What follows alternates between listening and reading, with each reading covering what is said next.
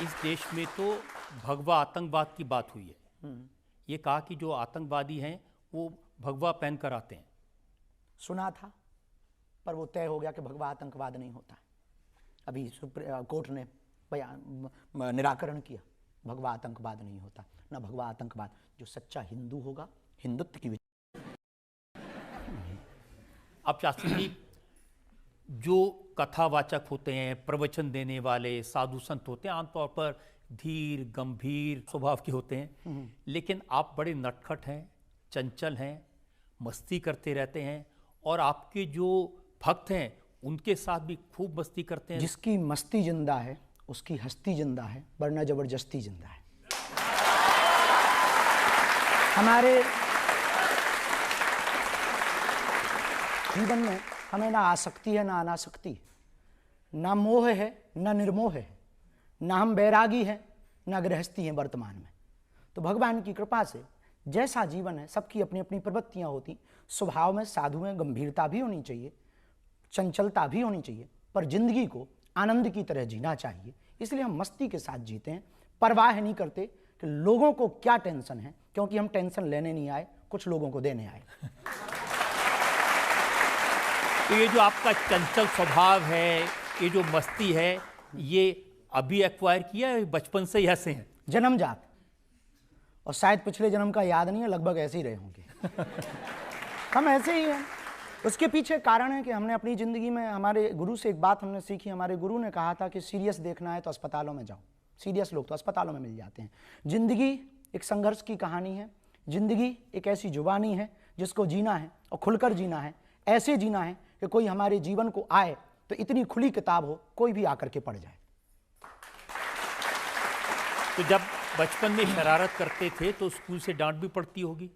हमारे टीचर हमको बहुत प्यार करते थे, बचपन से ही हनुमान जी की कृपा, गुरु जी का आशीर्वाद, तो हमको बहुत, हमारे जो टीचर थे। और अद्भुत बात है, हम दुनिया के इतने विचित्र विद्यार्थी हुए कि जिन टीचर से हमने पढ़ा है उनको ही हमने सिद्धि पाने के बाद चेला बनाया।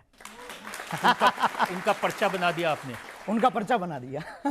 पर्चा बनाया सो तो ठीक है, उनके अंदर वो भाव जगा। उन्होंने कहा कि वो बात अलग है कि आप हमारे विद्यार्थी रहे, पर हमारी इच्छा है कि आप हमको मंत्र दीक्षा दो। तो पहले हम यस सर करते थे, अब गुरु पूर्णिमा पे वो हमको जी गुरु जी करते। अब हम ये तो कह नहीं सकते कि आशीर्वाद चेला, तो हम कहते हैं आप तो आप ही हो। लेकिन मैं सुना कि बचपन में काफ़ी अभावों से गुजरना पड़ा, मुश्किल का सामना करना पड़ा। हमारे मस्ती का एक ये भी कारण है, क्योंकि हमारा जीवन बहुत अभाव में गुजरा, जीवन बहुत विचित्र संघर्ष में गुजरा। आज भी संघर्ष है, और संघर्ष होना चाहिए। संघर्ष कोई बुरा नहीं है। जो मुस्कुरा रहा है निश्चित उसको दुखों ने पाला होगा। जिसके सितारे चमक रहे हैं, जरूर उसके जीवन में बहुत अंधेरा रहा होगा, तब आज उजाला होगा। हमने अपनी ज़िंदगी में जो भी बचपन काल गुजारा, बहुत विचित्र तरीके से गुजारा। तो कभी कभी कोशिश करते हैं कि वो बचपना ना आए बाहर, पर कोशिश करने के बाद भी वो रुकता नहीं है, वो बचपना बाहर निकल आता है। तो जीवन ऐसा था कि भोजन की भी व्यवस्था नहीं, वस्त्र की भी व्यवस्था नहीं, एक ही कपड़े में 2-2 साल रहना पड़ता था। भोजन के लिए भी गांव में घर घर जाना पड़ता था, तब कहीं चावल मिलता था, कहीं आटा मिलता था, उससे फिर माँ भोजन बनाती थी। हमसे छोटी एक बहन, हमारा भाई भी था। तो हम बड़े थे घर में, पिताजी हमारे कुछ करते नहीं थे, आज भी नहीं करते। तो गांव-गांव घर-घर जा कर के जो परिस्थितियां झेली, मुसीबतें, हमें कहानी आज भी याद है कि हमारे गांव में एक हमारे पड़ोसी को ट्रैक्टर आया, तो उन्होंने हमको 1 रुपया पर दिन के हिसाब से इस बात के लिए रखा कि आप हमारे हावर्स गिनो, खेती के लिए जब ट्रैक्टर जाए तो कितने घंटे ट्रैक्टर चला है, तो आप घंटे गिनो, कौन से खेत में कितने घंटे चला है। पढ़ने लिखने में थोड़े से ठीक ठाक थे, तो वही लिखाई करते, शाम को आते तो 1 का सिक्का मिलता था। उस वक्त पार्ले जी छोटा वाला आता था, फिर वो खरीद के लाते थे। 2 बिस्कुट बहन ले लेती थी, 1 बिस्कुट भाई ले लेता था, उसको खा लेते थे, दिन निकाल लेते थे। तो मेला बगल में खजुराहो है हमारे यहाँ, मेला लगता था, मेला में नहीं जा पाते थे, तो माँ से कहते थे बाकी बच्चे पपीरा लाए हैं, कोई डमरू लाए हैं, हमको भी जाना है, तो कोई उधार देता नहीं था, ले जाता नहीं था। तो ये जो जितने संघर्ष रहे, अंधेरी रातें नहीं, आज लोगों को जरूर चमकता हुआ दिखाई पड़ रहा बागेश्वर धाम, बागेश्वर बाबा, महंगे चार्टेड या गाड़ियाँ, पर जीवन में जितनी अंधेरी रातें हमने गुजारी उसको हम भूले नहीं। तो हमारा बचपना मरा नहीं, उसको दबाया गया, खुद से ही दबाया, किसी ने नहीं दबाया, हमने खुद को ही दबाया, भाई के लिए, बहन के लिए, माँ के लिए, समाज के लिए, हिंदुओं के लिए, हिंदुत्व के लिए।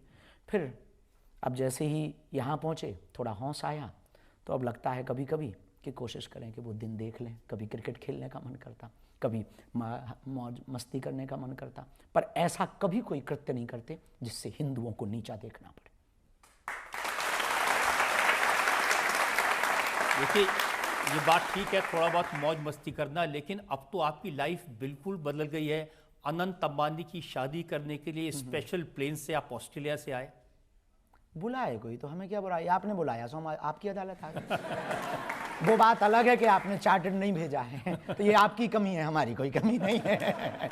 हमको तो कोई बुलाए, हम तो साधु हैं। वो बहुत प्रिय हैं, वो बहुत प्यारे। उन्होंने जो कार्य किया, अभूतपूर्व किया, अपनी विवाह परंपरा को, मांगलिक काज को, उत्सव को महोत्सव बनाया और सनातन संस्कृति के साथ मनाया। इस देश में अमीर बहुत हैं, पर ऐसी अमीरी होनी चाहिए जिसमें साधु भी हो, देश का नेता भी हो, देश का अभिनेता भी हो, पर संत भी हो, महंत भी हो, आदर भी हो, सत्कार भी हो, त्योहार भी हो, उत्सव भी हो। हमें ये बात उनकी जची है और हमारे बहुत प्रिय भी है। उन्होंने कहा कि आपको आना है, और उन्होंने फ़ोन लगाया कि हम तब तक दूल्हा नहीं बनेंगे जब तक दादा कहते, तो जब तक आप आओगे नहीं। हम कहा हम ऑस्ट्रेलिया में हैं, हमारी कथा है, कथा छूट जाएगी तो दक्षिणा भी नहीं मिलेगी, बड़ी आफत हो जाएगी।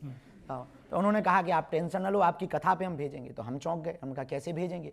उन्होंने फिर बड़ी वाली चीड़ गाड़ी भेज दी। हमने हवाई जहाज़ का नया नाम रखा चील गाड़ी। तो उन्होंने बड़ी वाली चीड़ गाड़ी भेजी, उसमें हम बढ़िया सोते चले आए। उसी में नहाने की व्यवस्था थी, गजब की हवाई जहाज़ थी। हम तो भगवान से कह रहे कि ऐसी हर बार भेजें जो हमको बुलावें। अब आपने नहीं भेजी है, वो आपकी कमी है।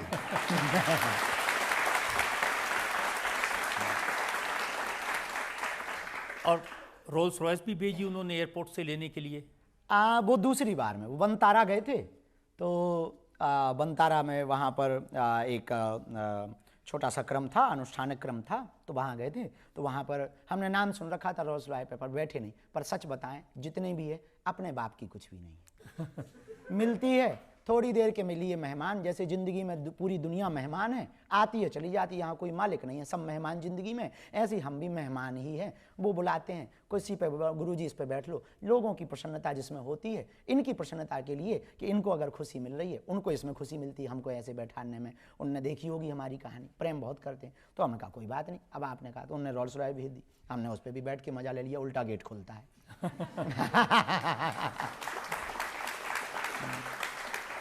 लेकिन आप किस स्टाइल में रहते हैं उसकी कुछ तस्वीर मैं लोगों को दिखाना चाहता हूं। दिखा दो।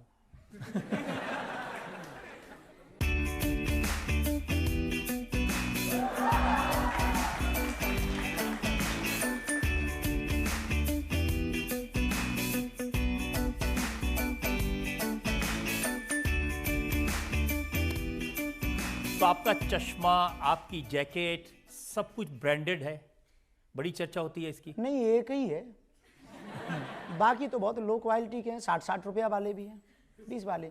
कोई आता है और इन लोगों की जो हमारे प्रिय हैं, उनकी प्रसन्नता है, जो शिष्य हैं, दीक्षित शिष्य हैं, या जो बहुत प्रिय हैं, प्रेम करते हैं, ये युवान बच्चे आते हैं, गुरुजी आप एक बार ये पहन के दिखा दो, हमें खुशी होगी। हम पहन लेते हैं और हमें लगता है कि ये बुरा नहीं है। इसलिए बुरा नहीं कि हमने ना तो कभी संन्यास लिया, ना हम साधु हैं। और जब साधु नहीं है, ना हमने ऐसी कोई घोषणा की, तो ये पहनना बुरा नहीं है। जब इस देश में बलात्कार करने वाला करोड़ों के मकानों में रह सकता, नाचने वाला अरबों खरबों के बंगले और गाड़ी में रह सकता, देश में गद्दारी करने वाला, घूस लेने वाला व्यक्ति इस देश में बड़े बड़े बंगलों में, बड़ी बड़ी गाड़ी में रह सकता, तो एक साधु को कोई दे दे और वो चश्मा पहन ले तो वो जी सकता है। यार, ये कोई बुराई नहीं है। हाँ, हमारी आसक्ति भी नहीं है, अनासक्ति भी नहीं है, अपेक्षा भी नहीं है और मना भी नहीं। हमें अपेक्षा भी नहीं कि चश्मा ही हो, अपेक्षा ही नहीं है कि रोल्स रॉयल हो। हम बैलगाड़ी पे गए, पर ये किसी ने खबर नहीं दिखाई। हम महाराष्ट्र में बैलगाड़ी पर गए, वहां पर पूरा कीचड़ मच गया था, नहीं थी जाने की व्यवस्था। हम बैलगाड़ी पर कथा करने गए, वो खबर किसी ने नहीं दिखाई। हम साइकिल पर चले, वो खबर किसी ने नहीं दिखाई। इस देश में बहुत कार्य हमने किए, वो किसी ने खबर नहीं दिखाई। पर चश्मा क्या पहन लिया, जैकेट क्या पहन ली, सबने चर्चा कर ली। इसका कारण क्या है कि आप जैसे अपनी कथा में क्या कहते हैं, लगा कि आग दौलत में, हमने ये शौक पाले, हमने शौक पाले हैं, और कोई पूछे तो कह देना कि बागेश्वर वाले हैं। हाँ, तो दौलत तो दूसरों की आग लगा रहे हैं आप। नहीं, पहली बात तो लगा के आग दौलत, लगा के आग शोहरत में, लगा के आग दौलत में हमने ये शौक पाले हैं। कोई पूछे तो कह देना हम बागेश्वर वाले। इसका मंतव्य ये है, पहनते हैं, अपना नहीं मानते। हम यहाँ बैठे हैं पर ये अपना नहीं है, इस जगत में है, अपना नहीं है, निर्मोह है।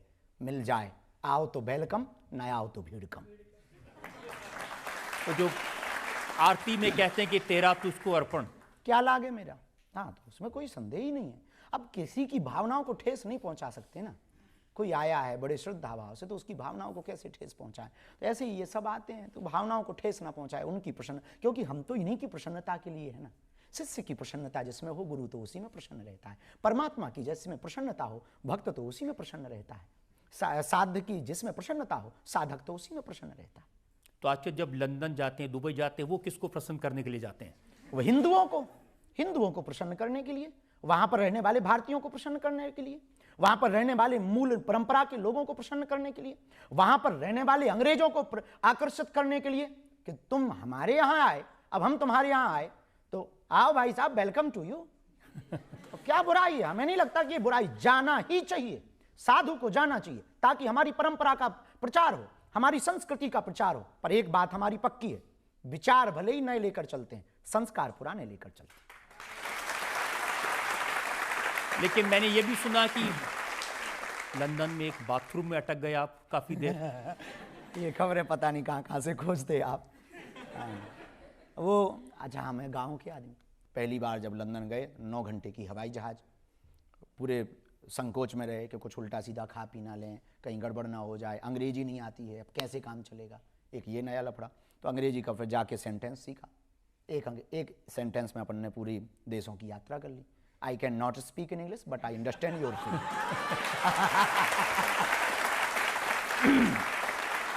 अब जैसे ही हम लंदन उतरे तो हिथ्रो से एक जगह है बेम्बली, तो बेम्बली में चेला जजमान लेने आए, फूल माला चढ़ाई, हमने आशीर्वाद दिया, तो घर ले गए, बोले महाराज ये घर है।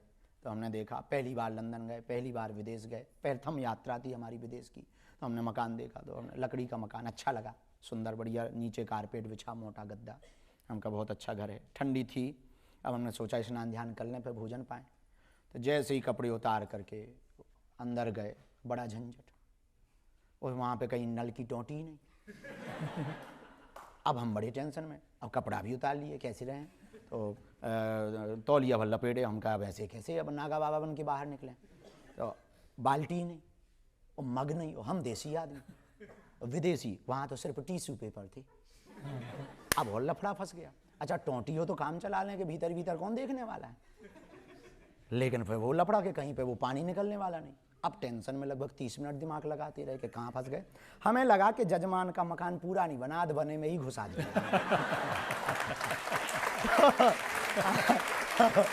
फिर जो बटन लगे, तो हमने कहा बटन है तो मतलब कुछ ना कुछ तो लफड़ा है। तो हमने जैसे ही बटन दबाया तो उसमें सावर ऊपर छत में था, तो पानी नीचे गिरा, सो गर्म गिरा, सो हाथ जल गया। अरे हमने कहा गर्म भी यही है तो ठंडा भी यही होगा। तो फिर उसको भंजा के जैसे तैसे नहा करके निकले। जजमान बोला गुरुजी कोई असुविधा तो नहीं? हम कहे एक भी सुविधा नहीं। बोले क्यों? अरे हम कहा मकान तो तुम्हारा करोड़ों का है, 60 रुपया की बाल्टी और 20 रुपया का नल फिट नहीं करवा पाए तो उसने फिर उसके दूसरे दिन पर देसी व्यवस्था भी अपनी, और उसके बाद में फिर हम जहाँ भी जाते हैं तो पानी की बोतल जो प्लास्टिक वाली है वो ले जाते हैं, और बाथरूम जैसे ही जाते तो वो काट करके रख लेते हैं, अपना काम चलता। तो पिज्ज़ा खाने को मिला तो भी आप शॉक्ड हो गए थे? हाँ, वो पिज्जा, आपके पास सब खबर है।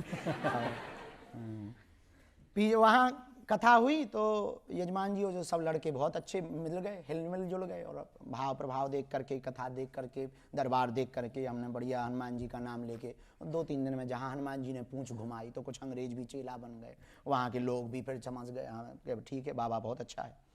तो गाड़ियाँ ले करके एक दिन बोले गुरुजी चलो लंदन घुमाते हैं, कुछ दिखाते हैं। तो एक वहाँ के महाराज जी भी थे वो भी गए, त्यागी जी भी थे वो भी गए। तो गए तो बोले आपको हम पिज़्ज़ा खिलाते हैं। हमने तो कभी खाया नहीं था। तो हम जैसे ही उतरे तो उस पर लिखा था पिज्जा हट। तो हमने कहा कि इसमें तो लिखा है हट। तो उन्होंने कहा हट का, बोले हट का मतलब मकान होता है। और हमने जब गोरी मेमन को देखा वो पिज्जा ऐसे प्लेट में धरे हो खाएं, लंबी सी वो भाई वो सफेद सफेद हमने देखा, तो हमने जब उस पे पिज्जा पे डली हुई देखी, हमने कहा ऐसा लग रहा है जैसे छोटे बच्चे ने जुकाम कर दिया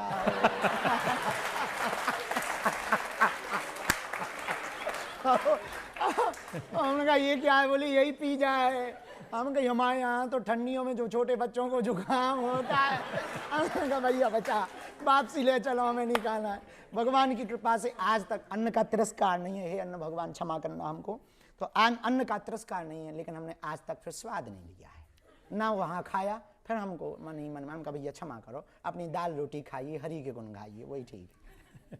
और वहाँ ऑस्ट्रेलिया में अंग्रेजी कैसी बोली, इसका एक एग्जाम्पल मेरे पास है। वो मैं लोगों को दिखाना चाहता हूँ, video. Thank you, your family, your business, your work, your relative, all peoples. I'm praying, Lord Hanuman, and bless for you. Thank you so much. बहुत बढ़िया, बहुत बढ़िया। सही गई? सही गई? राइट हो गई? हैं? अरे गजब! ये कमाल की इंग्लिश बोली आपने। बस इतना ही समझ लो कि बस ये लास्ट चांस है। हमको एक हमारे जीवन में दुर्भाग्य रहा, और बहुत स्टूडेंट भी, और हम इस वीडियो को बहुत देखेंगे। आपकी अदालत से देश का सर्वोत्तम ये प्रोग्राम है, इसमें कोई संदेह नहीं। हमारे जीवन में एक दुर्भाग्य तो नहीं कह सकते, लेकिन एक कमी रही। हमने सब कुछ जाना, पढ़ा, अध्यात्म को भी जितना गुरु कृपा हुई, सब कुछ। एक कमी रही कि हम अंग्रेजी नहीं पढ़ पाए। थोड़ा कई बार झिझक आती है। जैसे अभी लास्ट दिनों में हम न्यूजीलैंड गए, तो वहाँ के प्रधानमंत्री हमको मिलने आए, बड़ी टेंशन थी, और 2-3 घंटे पहले प्रेशर था माइंड पे कि अब वो आएंगे, हम क्या बोलेंगे। भारत में तो प्रधानमंत्री जी मिले थे तो हिंदी बोल देते, बढ़िया काम चल गया। अब यहाँ क्या बोलेंगे? अब उन्होंने तो अंग्रेजी ही ठोकी, ओ वेलकम वेलकम वेलकम बागेश्वर बाबा, वेलकम वेलकम। तो हमने भी कहा thank you thank you thank you thank you.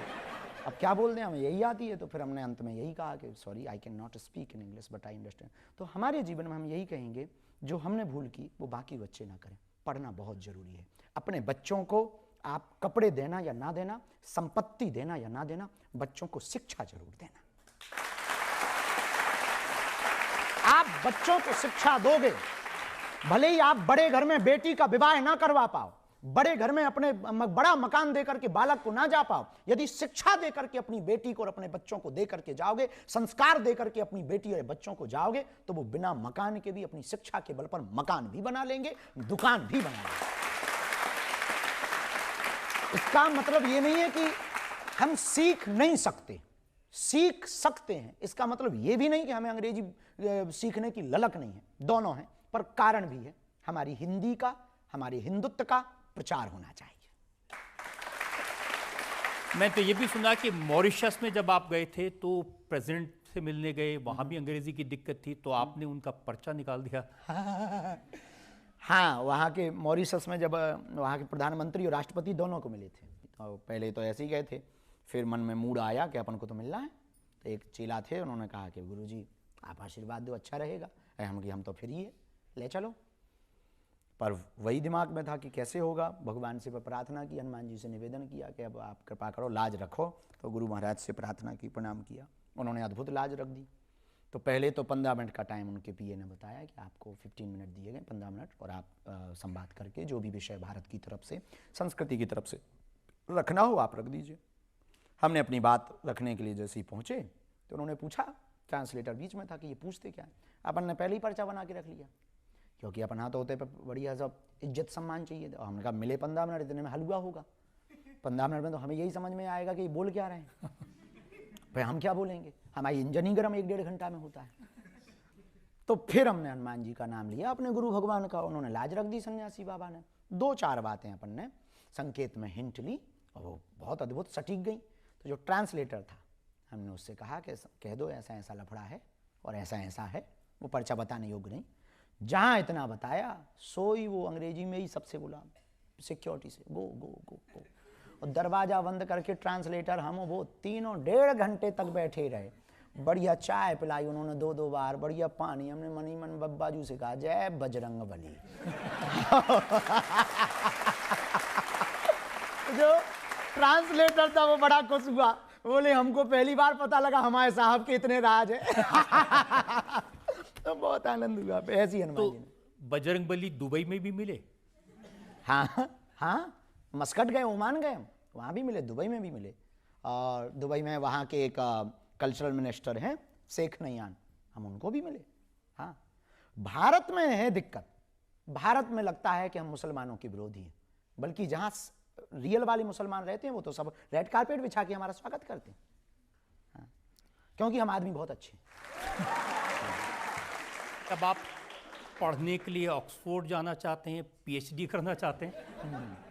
सही खबर है।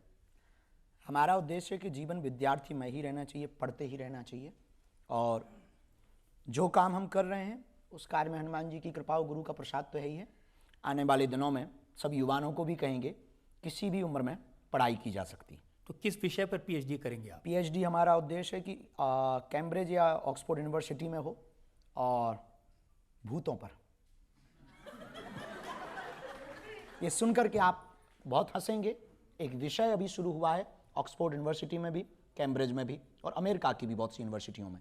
एक विषय हुआ पैरानॉर्मल। पैरानॉर्मल नाम का एक सब्जेक्ट स्टार्ट हुआ है। पैरानॉर्मल मीन्स अदृश्य शक्तियां, भूतों के बारे में जानना। हमारा काम ही है भूत भगाना। इस देश में बहुत से लोग हमारे ऊपर उंगली उठाते हैं, इस देश में हमारे ऊपर बहुत से लोग लांछन लगाते हैं कि हम अंधविश्वास फैलाते हैं, और खास करके महाराष्ट्र में अंधश्रद्धा निर्मूलन समिति के कुछ सदस्यों ने हमारे ऊपर उंगली उठाई थी। तो उसी दिन हमने विचार कर लिया था, इसका हम प्रमाण पत्र भी लेकर के आएंगे, और ये तथ्य के साथ में हम कार्य करेंगे। अभी गुरु के द्वारा ज्ञान से ये कर रहे हैं, फिर विज्ञान को जोड़ करके पीएचडी करके पैरानॉर्मल पर काम करके लोगों की नकारात्मकता को दूर करेंगे।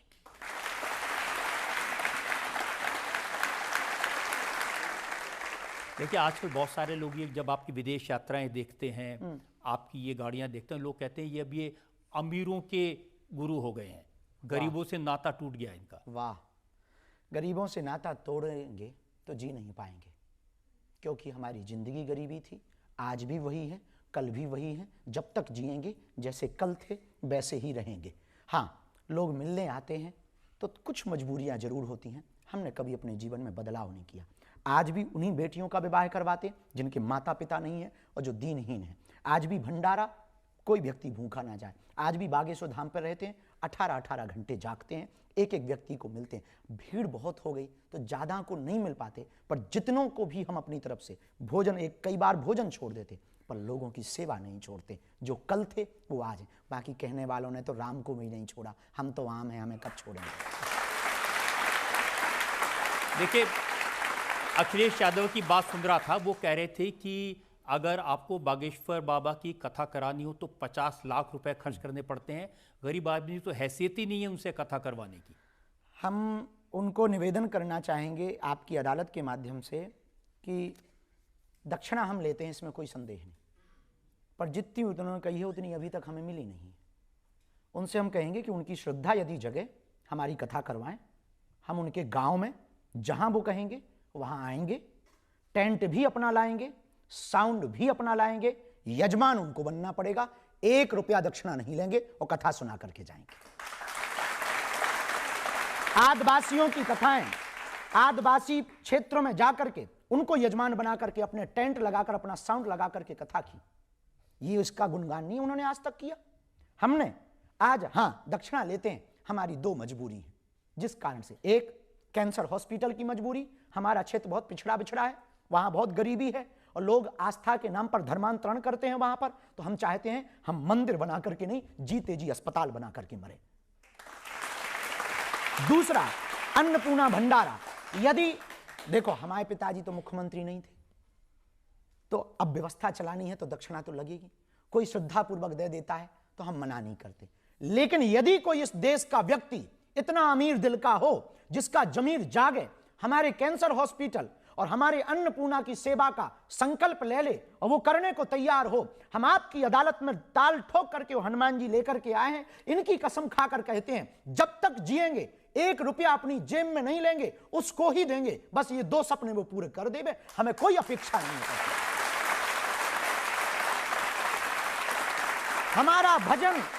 हमारी कथा, हमारे प्रवचन कभी भी धन के लिए नहीं है। हाँ, अब कोई देता है तो सदुपयोग में लगाने की प्रेरणा यदि दे दी जाए तो क्या बुराई है।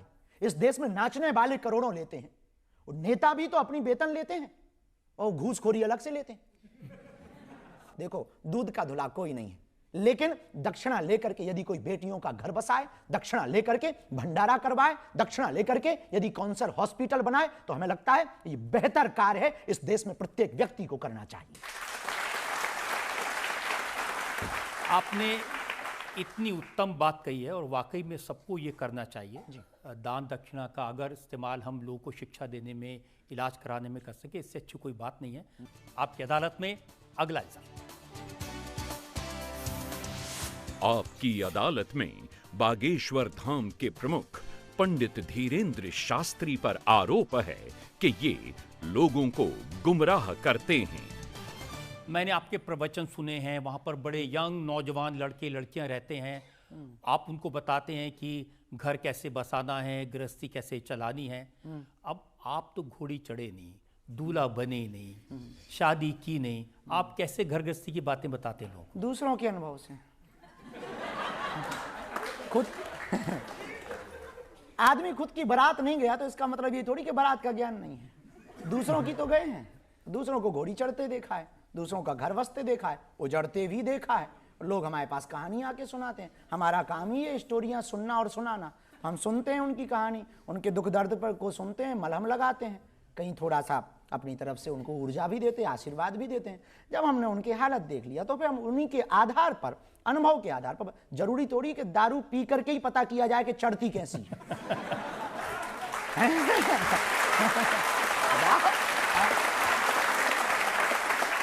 कोई पी के गिरे तो भी पता कर लेना चाहिए ऐसे चढ़ती है। मैं देखा कि ऑनलाइन पर किसी ने शादी कर ली, उसको आपने सलाह दी कि अब आगे क्या करना है? हाँ, वो एक लफड़ा हुआ कि एक यजमान जी के घर पे हम गए थे, तो वो बड़े भारत के बहुत नामचीन हैं और उनके यहाँ रुके, तो ऊपर की मंजिल में रुके थे। तो उन्होंने कहा सुबह सुबह कि हम, आपकी आज्ञा हो तो पंडित जी आए तो हम एक विवाह संपन्न करा के आते हैं। तो हम कहा किसका? बोले यजमानी जी के बेटे का। हम कहा करा दो। तो जैसे ही हम नीचे उतरे चाय वाय पीने, तो हमने कहा कि भैया कहाँ है लड़का बहू? बोले लड़का तो ये है, बहू तो विदेश में। तो हम कहा शादी कब हुई? बोले अभी। हम कहा हुई कैसे? बोले ऑनलाइन। हम कहा बेटा ऑनलाइन कैसे? बोले वीडियो कॉल पर। तो हम कहा गजब। हम कहा भाई ये सिस्टम क्या है? बोले यहाँ आगी जला दी, वहां आगी जला दी, वहां फेरे करवा दी, यहाँ लड़का फेरे ले रहा, वहां लड़की फेरे ले। हम कहा बहुत बढ़िया, फ्लिपकार्ट से लड़का मंगवा ले। और क्या करें? तो ये फिर हमने उनको डांटा कि हमारी शास्त्रीय परंपरा के विरुद्ध है, सनातनीय परंपरा के विरुद्ध है। ठीक है, कोई विशेष मजबूरी हो। अब वो बोले 6 महीना बाद वीजा का हो पाएगा। हम कहे 6 महीना बाद रोक लो। जब तुम 20 साल रुक सकते तो 6 माह नहीं रुक सकते, ये कौन सी मजबूरी है?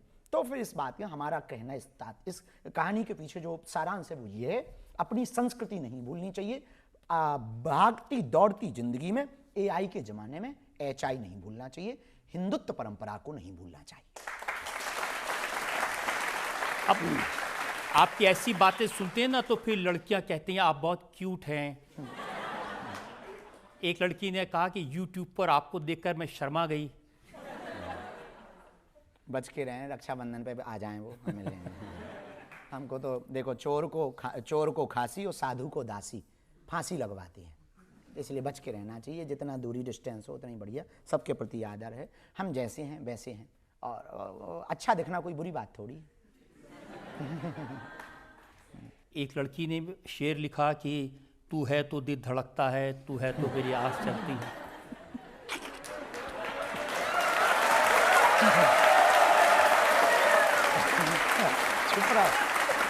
ये बहुत लफड़े चलते हैं, ये साइड के लफड़े हैं, चलते रहते हैं। लोग न जाने क्या क्या कहते रहते हैं, उन पे तो भगवान की बहुत दया है। और भगवान की दया है कि भगवान बचाए हैं और बचाए रखें, हमारी ऐसी बुद्धि रखें कि हमारे कारण, हनुमान जी से यही प्रार्थना है, सन्यासी बाबा से, हमारे कारण हिंदुओं को नीचा ना देखना पड़े, ऐसी हमारी बुद्धि भगवान बनाए रखें। लेकिन आप भी तो कहते हैं ना कि इन आँखों को आदत हो गई तुम्हारी। हाँ, उनके, हमने हनुमान जी को कहा, ये किसी लड़की के लिए नहीं कहा है। हाँ। अच्छा जी, इतने सारे जो शेर पढ़ते हैं वो सब हनुमान जी के लिए पढ़ते हैं आप? हाँ, हम तो उनसे ही प्यार करते हैं, अपने गुरु से हम बहुत प्रेम करते हैं, तो उनके लिए ही पढ़ देते हैं और कोई बुराई भी नहीं। देखिए, इस देश में 2 लोग हैं जिनको जब भी कोई मिलता है तो पूछता है कि भाई आप शादी कब करोगे, एक सलमान खान और एक आप। नया जवाब ये है कि जल्दी ही हम आपको कार्ड थामेंगे,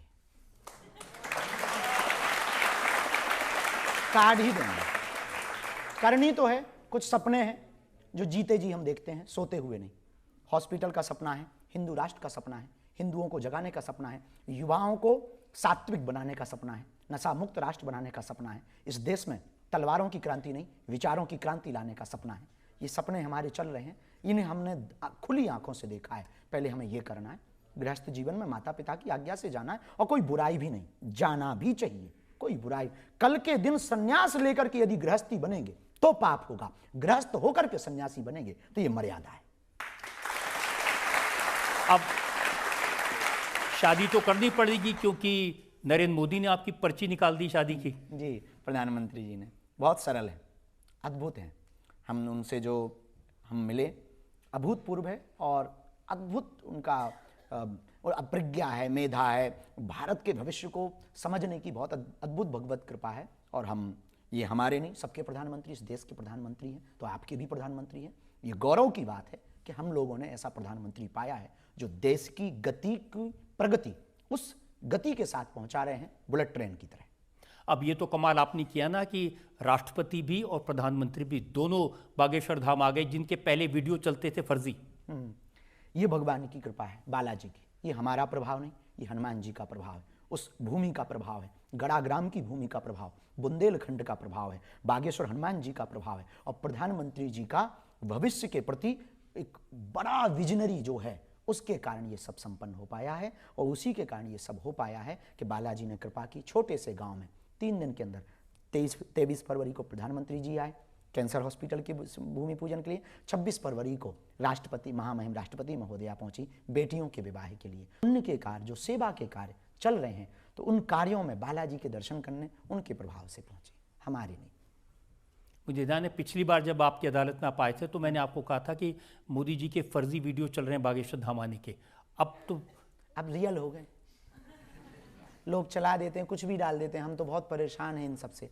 रोज तो हमारी शादी करवा देते हैं, और रोज कहीं सांप बना देते हैं, कहीं बंदर भेज देते हैं, कहीं कुछ कर देते हैं। हम तो इतने पक गए, और हर बार हमारी लड़की बदल देते हैं, और इतने पक गए। कहीं कह देते हैं बाबा को पुलिस ने पकड़ लिया, कहीं कह देते हैं लो बाबा ने ऐसा कर दिया, अब कहीं कह देते हैं बाबा लो विदेश में फंस गया, अब बुरे फंसे बागेश्वर बाबा। ऐसे बना के हमें यही समझ में नहीं आता, हम फंसे काहे में। तो ये AI से बनते हैं सारे। हाँ, AI से प्लांटेड लोग हैं, लगे हैं व्यू पाने के चक्कर में, और कुछ विदेशी ताकतें लगी हुई हैं जो लगातार हिंदुत्व जो सनातनी परंपरा चल रही, उसको डैमेज करने के लिए, छवि को खराब करने के लिए। इससे लेकिन हमें कोई फर्क नहीं पड़ता है, वो अपना काम कर रहे हैं। हाथी चले बाजार, कुत्ते भौंके हजार। जनता से सवाल ले सकते हैं। मेरा आपसे ये प्रश्न है, पूरे देश का आपसे ये प्रश्न है कि आप कब शादी करेंगे और आपको क्या क्या क्वालिटीज एक लड़की में चाहिए। सब प्लीज बताइए, सब बहुत एक्साइटेड है। कार या बस खरीदनी हो तो क्वालिटी देखें, और विवाह एक संबंध है, और संबंध में क्वालिटी तो नहीं, संस्कार चाहिए हमें। क्वालिटी नहीं हम देखते, संस्कार देखते हैं। हमको पत्नी या वाइफ नहीं, अर्धांगिनी चाहिए, जो हमारी परंपराओं को लेके चले, हमारे माता पिता की सेवा करे। हम जो अपने माँ बाप की सेवा नहीं कर पाए वो करे, हमारे परंपराओं को लेकर के चले, हमारी साधना भजन मार्ग में बाधक नहीं साधक बने। और दूसरी बात, रिश्तों को चलाने के लिए क्वालिटी की बात नहीं होनी चाहिए। आज इस देश में जितने भी तलाक हो रहे हैं, उसके पीछे यदि हमसे कोई पूछे एक धर्म गुरु के नाते, तो सबसे बड़ा कारण विवाह में विच्छेदन का सबसे बड़ा कारण है कि आजकल लोग सुंदरता ज्यादा देखते हैं, समझदारी कम देखते हैं। इसने मुझे कहा कि बागेश्वर सरकार हनुमान जी के भक्त हैं, जब तक हनुमान जी की भक्ति करेंगे शादी नहीं होगी, कृष्ण की भक्ति करेंगे तो जल्दी हो जाएगी। भगवान की कृपा से 7 नवंबर से 16 नवंबर हम पदयात्रा करने जा रहे हैं दिल्ली से वृंदावन।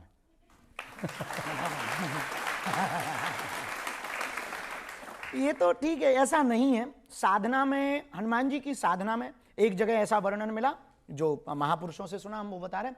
हनुमान जी जब सिद्धियां पा रहे थे तो एक खम्मम जिले में दक्षिण में एक मंदिर है हनुमान जी का, जहां हनुमान जी पत्नी के साथ बैठे, सूर्यपुत्री सुवर्चला के साथ, सूर्यपुत्री सुवर्चला के साथ में दक्षिण भारत में हनुमान जी विराजमान है। तो वर्णन मिला, हमने एक दो जगह पढ़ा भी, और वो हनुमान अंक में इस बात को हमने पढ़ा भी।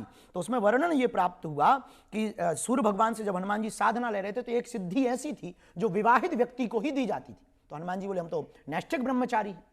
तब कहा कि आपका ब्रह्मचर्य खंडित नहीं होगा। सूर्य भगवान बोले हमारी पुत्री है, वो तपस्विनी है, केवल इस सिद्धि को पाने के लिए विवाह के परंपरा को पूर्ण किया जाएगा और आप अपनी परंपरा को निभाए रखिएगा। केवल सिद्धि प्राप्त करने के लिए आपको ये जो विवाहिक पाणी ग्रहण संस्कार है ये भर होना है। और वहां पर आज भी भगवान पत्नी के साथ विराजमान है। इसका मतलब ये नहीं है कि हम उस बात का कोड कर रहे हैं, इसका मतलब ये है कि हनुमान जी की साधना में ऐसा कोई भी बंधन नहीं है कि आपको विवाह नहीं करना चाहिए। हाँ, मर्यादित, एक पत्नी व्रतधारी, वो भी बाल ब्रह्मचारी कहलाता है।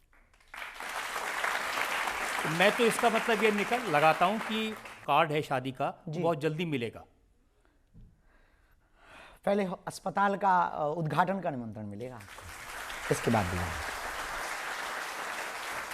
आप जो इतने आड़े तिरछे कपड़े पहनते हैं, इतने रंगीन कपड़े पहनते हैं, तो आपका फैशन डिजाइनर कौन है? आपको कपड़ों से दिक्कत है? आपको इतने बयान, हमने इतने सुविचार, इतने सदविचार, इतनी कथाएं, इन सबको नहीं देखा, वस्त्रों को ही देख पाए। कोई वेशभूषा बहुत जरूरी है, वेशभूषा से जीवन परिवर्तित होता है, वेशभूषा का बड़ा प्रभाव होता है। और हम तो ये भी कहेंगे युवान बच्चों को सप्ताह में एक दिन भारतीय वेशभूषा को पहनना चाहिए।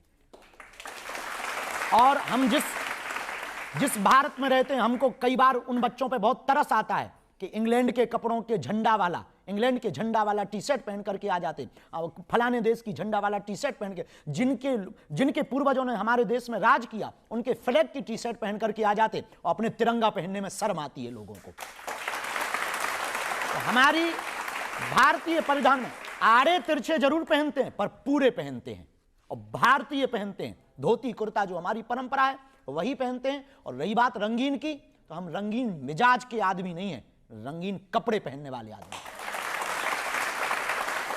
तो लगता है उन्हें तो आपके कपड़े बहुत अच्छे लगे। हाँ, आपने पूछा ड्रेस डिजाइनर कौन है? जो दे जाता है हम पहन लेते हैं। आपकी श्रद्धा हो तो कल बागेश्वर में एक आध जोड़ी भिजवा दीजिए। सिर्फ कपड़े नहीं, आपकी जो गालियां हैं वो भी एक स्टाइल की होती हैं। अब ठठरी के बरे, नकट्टा, मूसरचंद, ये कहाँ से लाते हैं?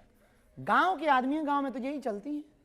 अब यहाँ हमारे यहाँ अंग्रेजी तो चलती नहीं थी, तो हमारे यहाँ माताएं जब नाराज होती हैं तो ये गालियां नहीं है, आशीर्वाद है। अब इसका मतलब क्या? जैसे नकटा, मूसरचंद, इनका मतलब क्या है? मतलब ना पूछो थोड़ी, हमको अभी भारत में घूमना भी है, कहीं पर किसी का दिमाग खराब हो जाए, हम कह दें नकटा, उसे अर्थ पता हो जाए तो आफत हो जाएगी हमको। तो इतने में ही कुछ राज ही रहने चाहिए। हाँ, तो एक सवाल और सकते हैं जी। मेरा आपसे सवाल ये है कि आपके चेहरे पर जो लाली है, जो ग्लो है, आखिर उसका राज क्या है?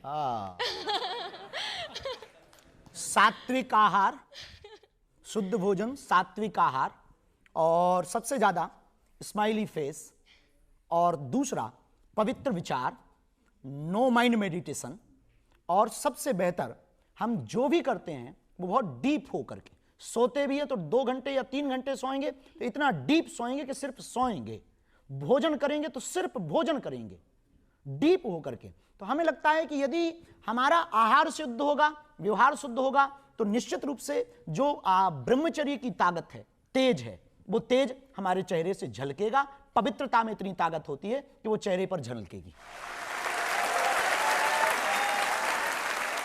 हाल ही में आपकी माँ राष्ट्रपति द्रौपदी मुर्मू जी से मिली थी, अब बातचीत हुई उन दोनों के बीच, कुछ बताया उन्होंने आपको कि क्या बातचीत हुई? नहीं, हम वहीं थे और बड़ी अद्भुत हुई।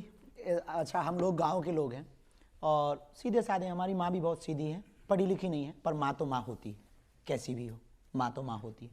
तो बहुत साधारण है और उन्होंने बहुत संघर्ष झेला। उन्होंने मुस्कुराना हमको माँ ने सिखाया। तो राष्ट्रपति जी जब 26 फरवरी को धाम पर बालाजी के दर्शन कर रही थी तो हवन करने पहुंची राष्ट्रपति महोदया। तो उन्होंने कहा कि आपकी माताजी कहाँ हैं? तो हमने कहा कि हमको संकेत नहीं मिले और कोई खबर नहीं मिली, तो माता जी हैं तो यहीं गांव में ही, पर वो प्रोटोकॉल के कारण पुलिस बहुत लगी तो आ नहीं पाई। तो बोले बुलवाओ और हमको मिलना है, वो ऐसी माँ के दर्शन करना, उनके ऐसे शब्द थे। और प्रधानमंत्री जी भी मिले। हमने कहा जी, तो हमने वहाँ एसपी महोदय थे, तो उनसे कहा कि हमारी माता जी को अंदर आ जाने दो, उनको बुला लो। तो फिर अंदर आई माता जी। तो ग्रीन रूम जहाँ बना था वहाँ मिली, तो राष्ट्रपति महोदया हम भी थे साथ में। तो हमने माता जी को समझाया भी कि उनकी आदत है कि कोई भी प्रणाम करे तो वो सिर पे हाथ रख देती। तो हमने उनको समझाया कि ये महामहिम राष्ट्रपति महोदय देश के प्रथम नागरिक हैं, इसलिए ऐसे ही दूर से ही हाथ जोड़ रही। अब वो तो भोली भाली सीधी। जैसे ही राष्ट्रपति जी मिली तो बोले आप बहुत भाग्यशाली हो। राष्ट्रपति महोदया ने कहा आप बहुत भाग्यशाली हो, ऐसा बेटा पाया है, इतनी कन्याओं का घर बसा रहा, इतनी बेटियों का धर्म पिता बना, आप बहुत भाग्यशाली हो, आपको हम देख करके बहुत खुश हुए हैं। तो दोनों लोग गले मिली और जैसे ही उन्होंने ऐसी बातें कहीं सो माता जी हमारी भूल गई। उन्होंने तुरंत सिर पे हाथ धर के कह दिया और ऊंचे पद पे जा।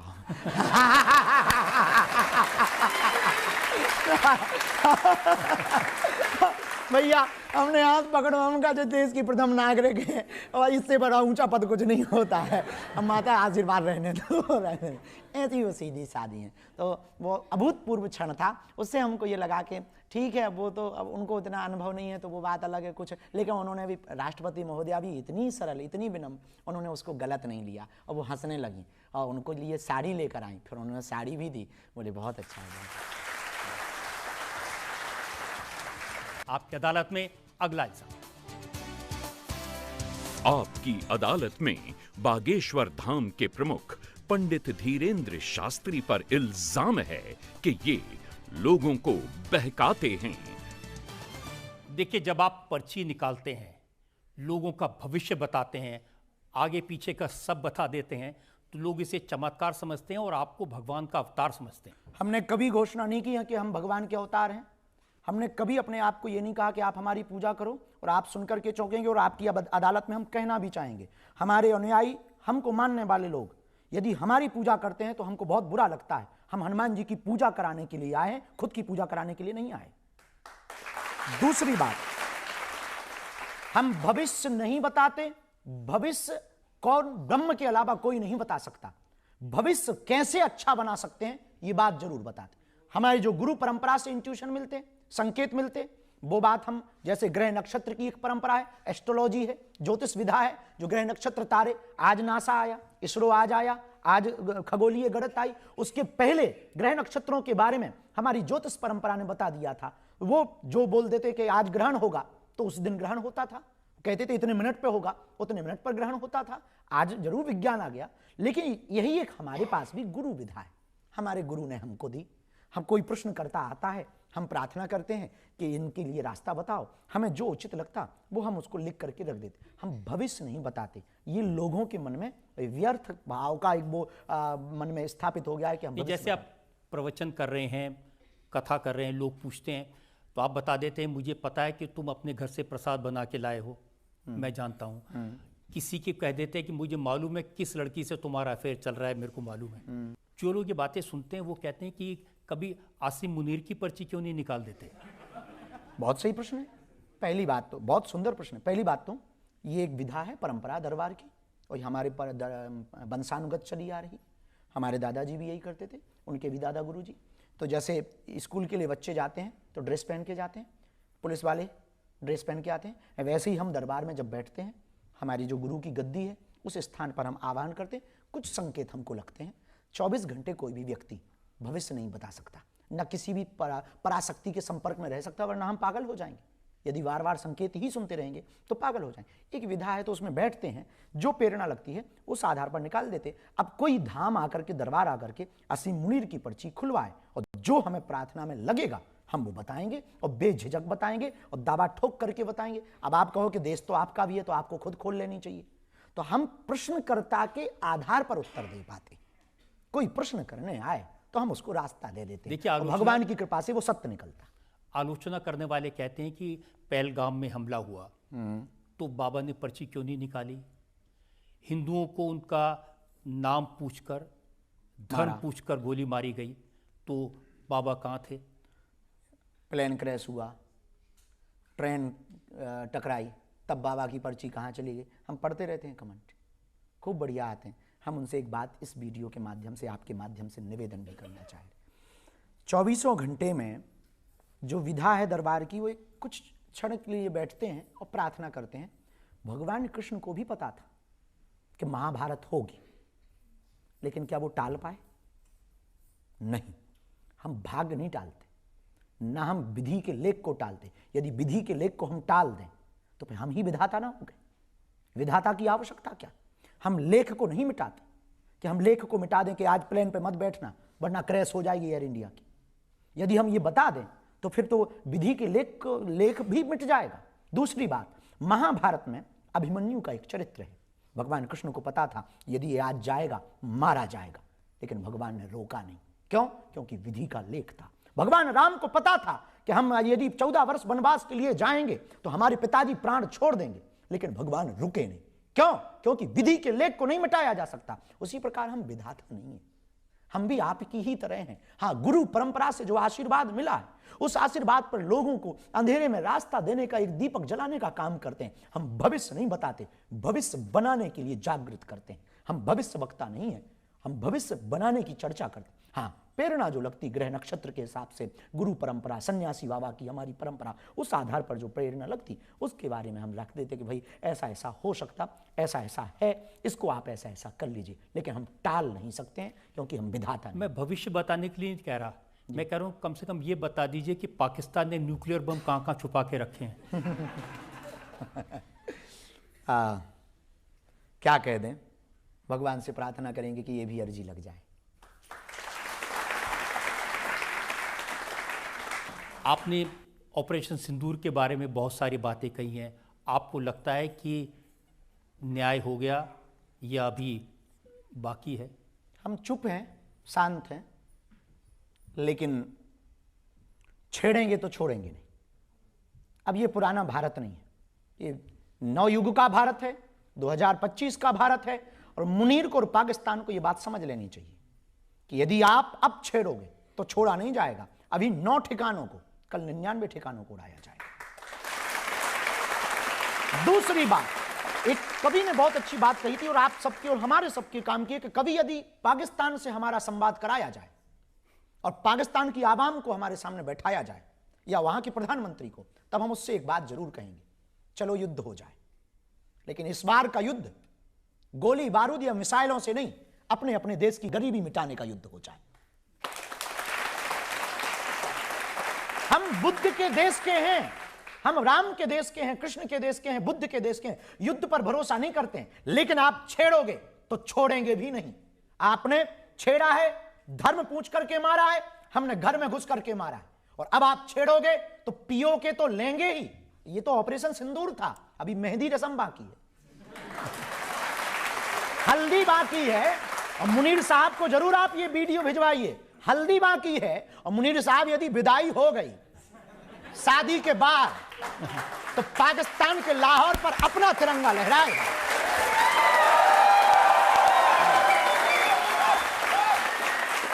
क्योंकि इस देश में 2 रियल हीरो हैं, खेत में खड़ा किसान और सरहद पर खड़ा जवान।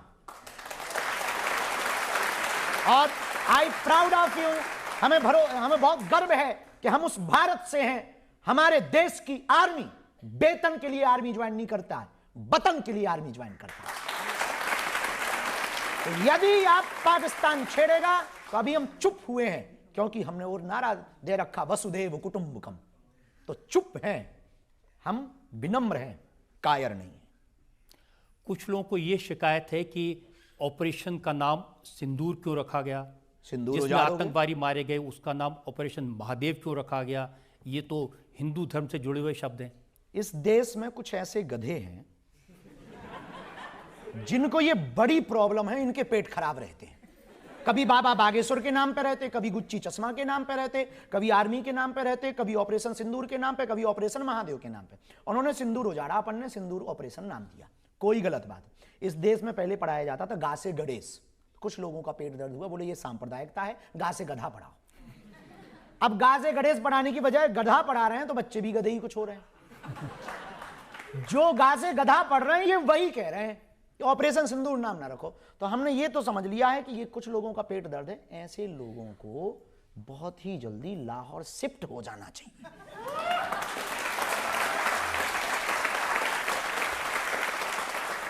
सवाल और दे सकते हैं। आपसे मेरा सवाल ये होगा कि हिंदू बेटियों को, हिंदू बहनों को कई बार लव ट्रायंगल में फंसा के शादी कर ली जाती है और शादी के बाद पता लगता है लड़का मुसलमान है, तो उसे कैसे रोका जा सकता है? पहली बात तो हम एक प्रार्थना करना चाहेंगे कि प्रेम कर माना कि मोहब्बत बुरी नहीं है, पर माँ बाप से ज्यादा जरूरी नहीं है। दूसरी बात भी हम आपसे निवेदन करें, प्रेम करना चाहिए, पर इस देश में बहुत बहुरूपिया घूम रहे हैं, इसलिए कुछ बेटियों को बहुरूपिया बहुत पसंद आ रहे हैं। हमने पिछली बार एक बयान दिया था, लोगों ने हमारी बहुत कंट्रोवर्सी की, वो बयान बहुत पवित्र बयान है। हम किसी भी मजहब के विरोधी नहीं हैं, हम रसखान के भी दोहा गाते हैं, और देश की बात आती है तो अब्दुल कलाम को भी सलूट करते हैं। लेकिन लव जिहाद, लैंड जिहाद, मूत्र जिहाद, थूक जिहाद, इसके खिलाफ हैं। हम इसलिए लोगों की टारगेट में हैं क्योंकि हम मुंह पर बोलते हैं और सत्य बोलते हैं। इसलिए बेटियों से हम प्रार्थना करेंगे, हमारे तन में तो जब तक प्राण रहेगा तब तक हम अपनी आदत नहीं छोड़ेंगे, हिंदुत्व और हिंदुस्तान के लिए जिएंगे। पर बेटियों को प्रार्थना करेंगे, बेटियों तू लक्ष्मी बन, तू दुर्गा बन, तू काली बन, पर हिंदू बेटियों कभी ना बुर्के बाली बन।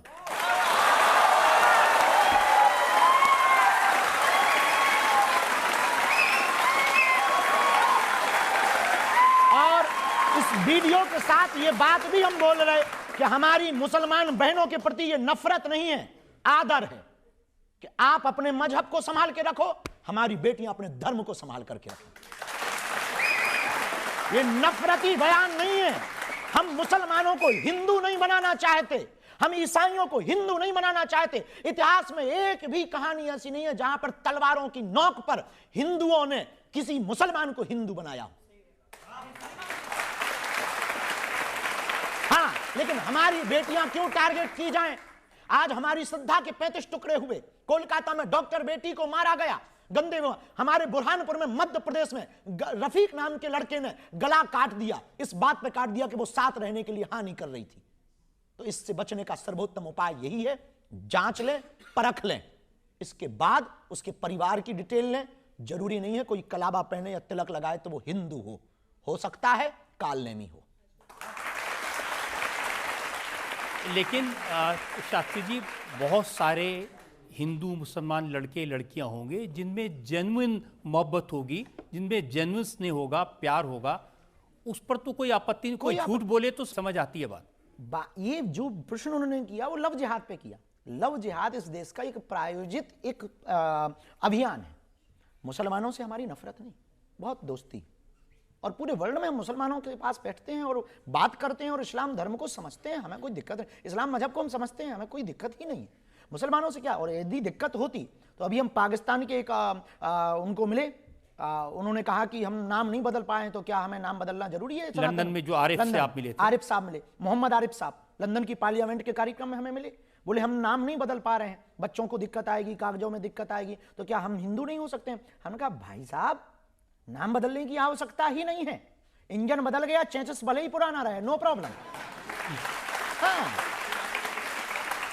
हमें नाम से नहीं काम से मतलब है, क्योंकि हम विचारों वाले आदमी हैं, सदविचार वाले आदमी हैं, वसुदेव कुटुंबकम वाले आदमी हैं। हम इस देश को आजाद कराने में मुसलमानों का भी सहयोग है, ईसाइयों का भी सहयोग है। लेकिन इंप्रेशन ये मिलता है कि जैसे आप मुसलमानों के खिलाफ हैं और नफरत फैलाते हैं, उनके बारे में आप बहुत कुछ उल्टा सीधा। बिल्कुल भी नहीं उल्टा सीधा, ये प्रायोजित प्रोपोगंडा बनाया गया। मुसलमानों के ही कुछ लोगों ने हमको अपना दुश्मन माना है। सच ये है, जितना हम उनका हित चाहते, किसी का नहीं चाहते, हम मुसलमानों का हित चाहते। तुम कायदे में रहो तो फायदे में रहो। हम मुसलमानों का हित चाहते कि इस देश में हिंदू मुसलमान बंद हो। हम मुसलमानों का हित चाहते कि इस देश में हिंदू मुसलमान की लड़ाई बंद हो, मंदिर मस्जिद की लड़ाई बंद हो। हम इस देश में हित चाहते, प्रेम से रहो, शालीनता से रहो, जैसे रहते थे वैसे रहो। पर हां, आतंकवाद के खिलाफ हैं, हाँ, लव जिहाद के खिलाफ हैं, लैंड जिहाद के खिलाफ हैं, मूत्र जिहाद के खिलाफ हैं। चाहे वो मुसलमान हो, चाहे वो हिंदू हो, चाहे वो ईसाई हो, कोई भी हो, हम गजवाए हिंद के खिलाफ हैं।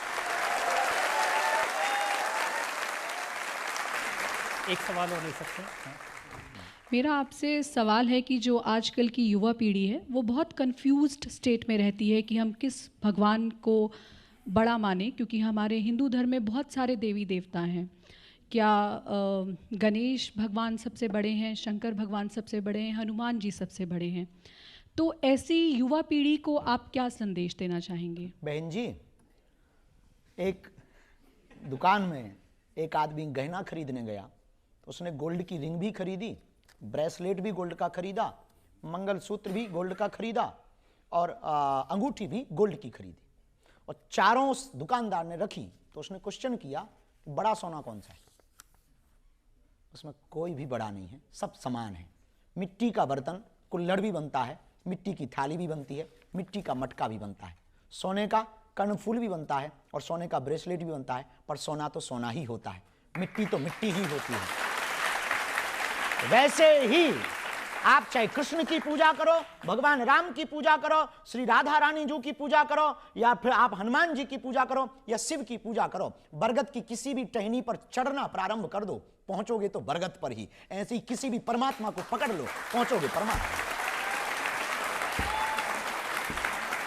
लेकिन ये कहते हैं ना कि महादेव तो देवों के देव हैं। वो देवों के देव क्योंकि इनके घर में सब लोग पूजे हैं, बाकी देवताओं के एक ही दो पीढ़ी पूज पाई, इनका पूरा खानदान पूजता है।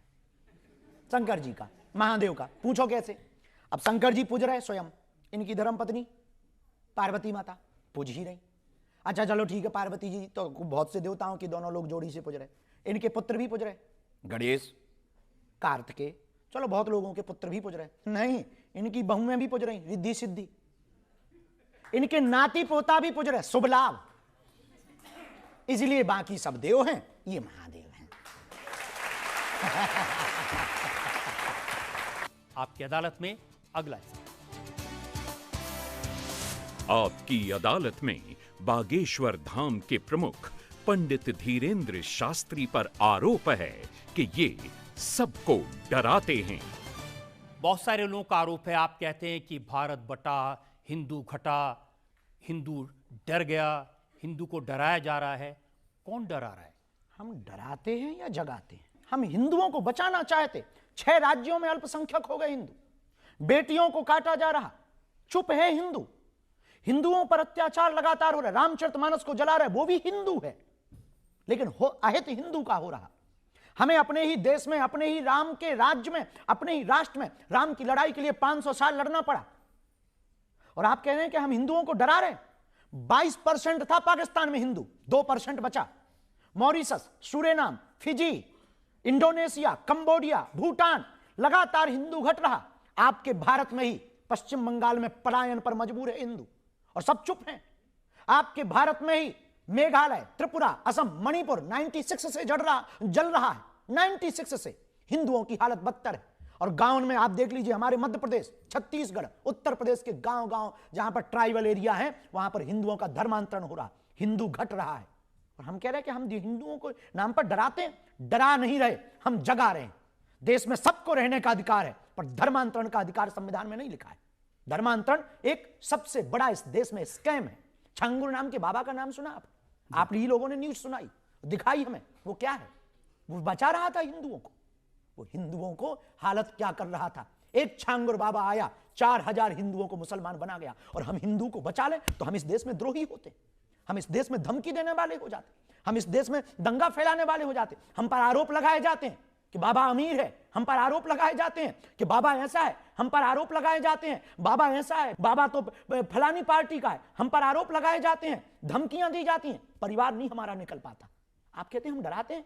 हमारे घर पर 3 बार हमले हुए, खुद पर जीवन में 6 बार हमले हुए, कितनी FIR हुई हमारे नाम पर, और आप कहते हैं हम हिंदुओं को डरा रहे हैं। इतना सह करके भी हमने मुस्कुराहट नहीं छोड़ी, इतना सह करके भी हमने लड़ना नहीं छोड़ा, इतने आरोप लगने के बाद भी अपना काम नहीं छोड़ा। इसके बावजूद भी हम गरीब हिंदुओं की बेटियों का इसीलिए विवाह कराते हैं ताकि हिंदू बच जाए। इसके बाद भी हम कन्या विवाह और अन्नपूर्णा इसीलिए चलाते हैं कि हिंदू बच जाए। इसके बावजूद भी हम दिन रात 18 घंटे मेहनत करके कथा करते हैं। जो दक्षिणा मिलती 1-1 रुपया ले जाते हैं कि अस्पताल बन जाए, और अस्पताल बने तो कोई भी हिंदू ईसाइयों के अस्पताल में जाकर के धर्मांतरण के चंगुल में न फंस जाए। और आप कहते हैं हम हिंदुओं को डरा। ये आरोपों से सिद्ध होता है इन आरोपों से सिद्ध होता है कि इस देश में हिंदुत्व की बात करना गुनाह है। लेकिन एक बात हम कह दें, आई एम फाइटर, मरते दम तक हम लड़ेंगे हिंदुओं के लिए। मैं इस देश में सिपाही बन करके आया हूं हिंदुत्व के लिए, मरते दम तक लड़ूंगा। चाहे जितनी रातें काली हो जाएं, चाहे जितने, एक कोई लफड़ा होता हमारे धाम पर, तत्क्षण पूरे देश के लोग गालियां बकने लगते। हमारे हम 8 किलोमीटर का धाम है, कोई भी दीवार गिर गई तुरंत बागेश्वर धाम से जोड़ दिया जाता। कोई भी धाम पर लफड़ा होता हमसे जोड़ दिया जाता। हमारे धाम के सामने में 2-2 लोग कट्टा लेकर के पकड़े गए। हमने कभी किसी के सामने रोना नहीं रोया। हमने आंखें, हमारी मां निकल नहीं पाती, हमारा भाई अकेला निकल नहीं पाता, लोग इतने लगे, धमकियां इतनी, फिर भी हमने कभी किसी के सामने रोना नहीं रोया कि लोगों को यह ना लगे कि हम डरपोक हैं, लोगों को यह ना लगे कि हम भयभीत हैं। यदि बलि चढ़ती हो तो चढ़ जाए, जितने आरोप लगने हो। विदेशों में हम जाते हैं, हमारे खिलाफ पर लोग मेल भेजते हैं, हमारे खिलाफ पर हमें अपने आप को वहां पर प्रस्तुत करना पड़ता है कि हम भैया हिंदुओं के पक्षधर हैं, मुसलमानों के विरोधी नहीं है।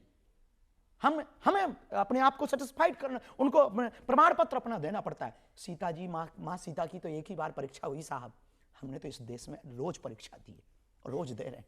यदि ये गुनाह है तो मैं सिपाही हूं, सिपाही की तरह अंतिम समय तक लड़ूंगा, हिंदुत्व और हिंदुस्तान के लिए लड़ूंगा। जिसको जो लगता है सो लगता रहे, मैं ना बदलूंगा, ना झुकूंगा, ना मुड़ूंगा। क्योंकि लोग अपने हिसाब से जी रहे होंगे। एक बात हम कह दें, हमें इस देश के हिंदुओं पर भरोसा और अपने बजरंग बली पर भरोसा है। इसलिए लोग जब भी हमारे पास आते तो हम उनसे कहते हैं, आ बैठ मेरे पास, मैं तुझे जीना सिखाता हूं, कुछ क्षण तो मेरे साथ गुजार, मैं तुझे दुख दर्द पीना सिखाता हूं। क्योंकि मैं बातों से नहीं, रातों से लड़ा, मैं सह सह करके साधु बना। आ बैठ मेरे पास, मैं तुझे जीना सिखाता हूं, कुछ पल गुजरा। आरोप है, कुछ भी लग सकते हैं, तो ये भी एक आरोप है। यदि हमें लगता है हिंदुत्व की बात करना आरोप है, तो ये आरोप हम सहते रहे। ये आरोप शुरू हुए जब आप बिहार में गए और ये कहा कि बिहार में चूंकि चुनाव होने वाले हैं, आप हिंदुओं को जगाने गए ताकि आप बीजेपी को मदद कर सकें। हम तो अभी युगांडा गए थे। कुछ भी ना, हम कुछ भी बोल देते लोग। बस इस देश में यही सबसे बड़ी दिक्कत है, 30 मिनट की फिल्म को 3 सेकंड की रील में ही खत्म कर देते हैं, सबसे बड़ी दिक्कत है। अब युगांडा में तो कोई चुनाव नहीं था भैया, है? हम अभी महाराष्ट्र जा रहे हैं, अब वहां तो चुनाव हो गए। अब वहां पर जब आप गए थे, तेजस्वी यादव ने कहा था कि हम घुसने नहीं देंगे ऐसे बाबा को। अपने देश में नहीं घुस पाएंगे तो कहां घुसेंगे, पाकिस्तान घुसेंगे। आपने लोगों से कहा कि कुंभ में जाके स्नान करना चाहिए, उससे मोक्ष मिलेगा। हमारी सनातन परंपरा में, आचार्य परंपरा ने, ऋषियों ने ऐसा कहा है कि कुंभ के स्नान से मोक्ष की प्राप्ति होती है। लेकिन जो घटना हुई है उस घटना के प्रति भाव हमने व्यक्त किए हैं। खड़गे जी ने कहा कि कुंभ में जाने से गरीबी दूर नहीं होगी। ये बात तो सही है, तो मस्जिद में भी चादर चढ़ाने से गरीबी दूर नहीं होगी।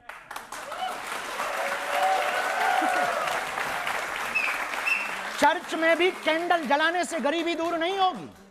पार्टियों में भी झंडा लगाने से, बैनर टांगने से देश की गरीबी दूर नहीं होगी। और पार्टियों में भी नेताओं पर 5-5 लाख का भत्ता खर्च करने से देश की गरीबी दूर नहीं होगी।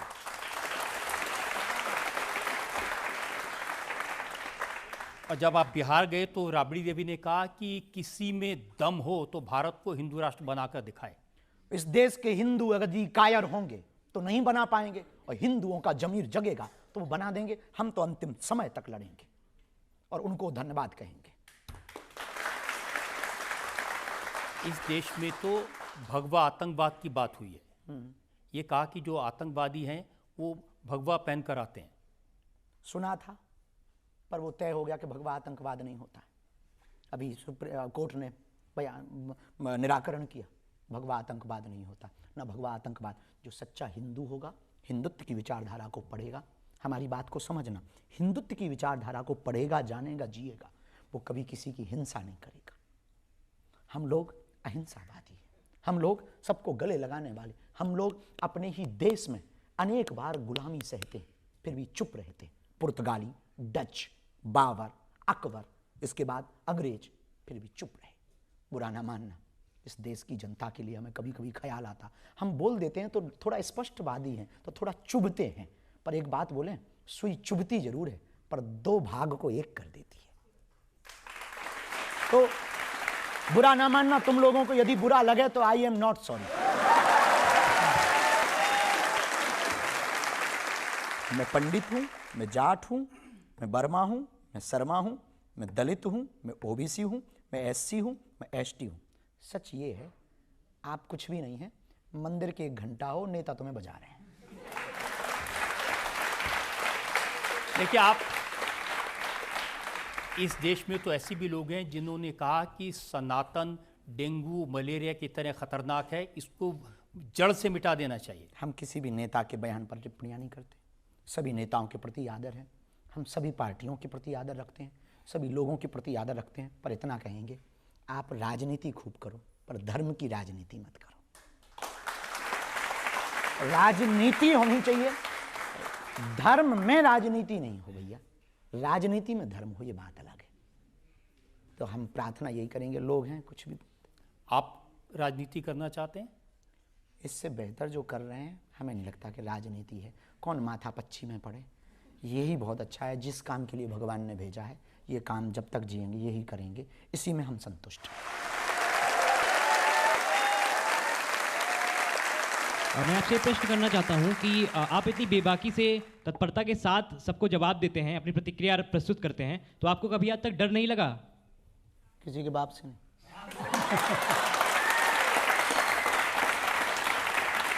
पूछो क्यों, पूछो क्यों। बार बार मरना नहीं है, एक बार बचना नहीं। पूछो क्यों, पूछो क्यों। देश यदि लुटेगा, बर्बाद होगा, जब कभी पूछा जाएगा कि देश लुट रहा था तब तुम क्या कर रहे थे, तो हम बेबाकी के साथ कह रहे थे कि हम तो लड़ रहे थे, बाकी कायर निकले। और लास्ट पूछो क्यों, हमें तुम्हारे जैसे नौजवानों पर भरोसा है। इस देश के हिंदुओं पर भरोसा है, इस देश के कानून पर भरोसा है, इस देश के संविधान पर भरोसा है, और अपने बजरंग बली पर हमें भरोसा है। आपने हर तरह के सवालों का बड़ी बेबाकी से जवाब दिया है, और आपकी जो वाक्पटुता है उसको तो सब कायल हैं, और ये हाजिर जवाबी वाकई में काबिल तारीफ है।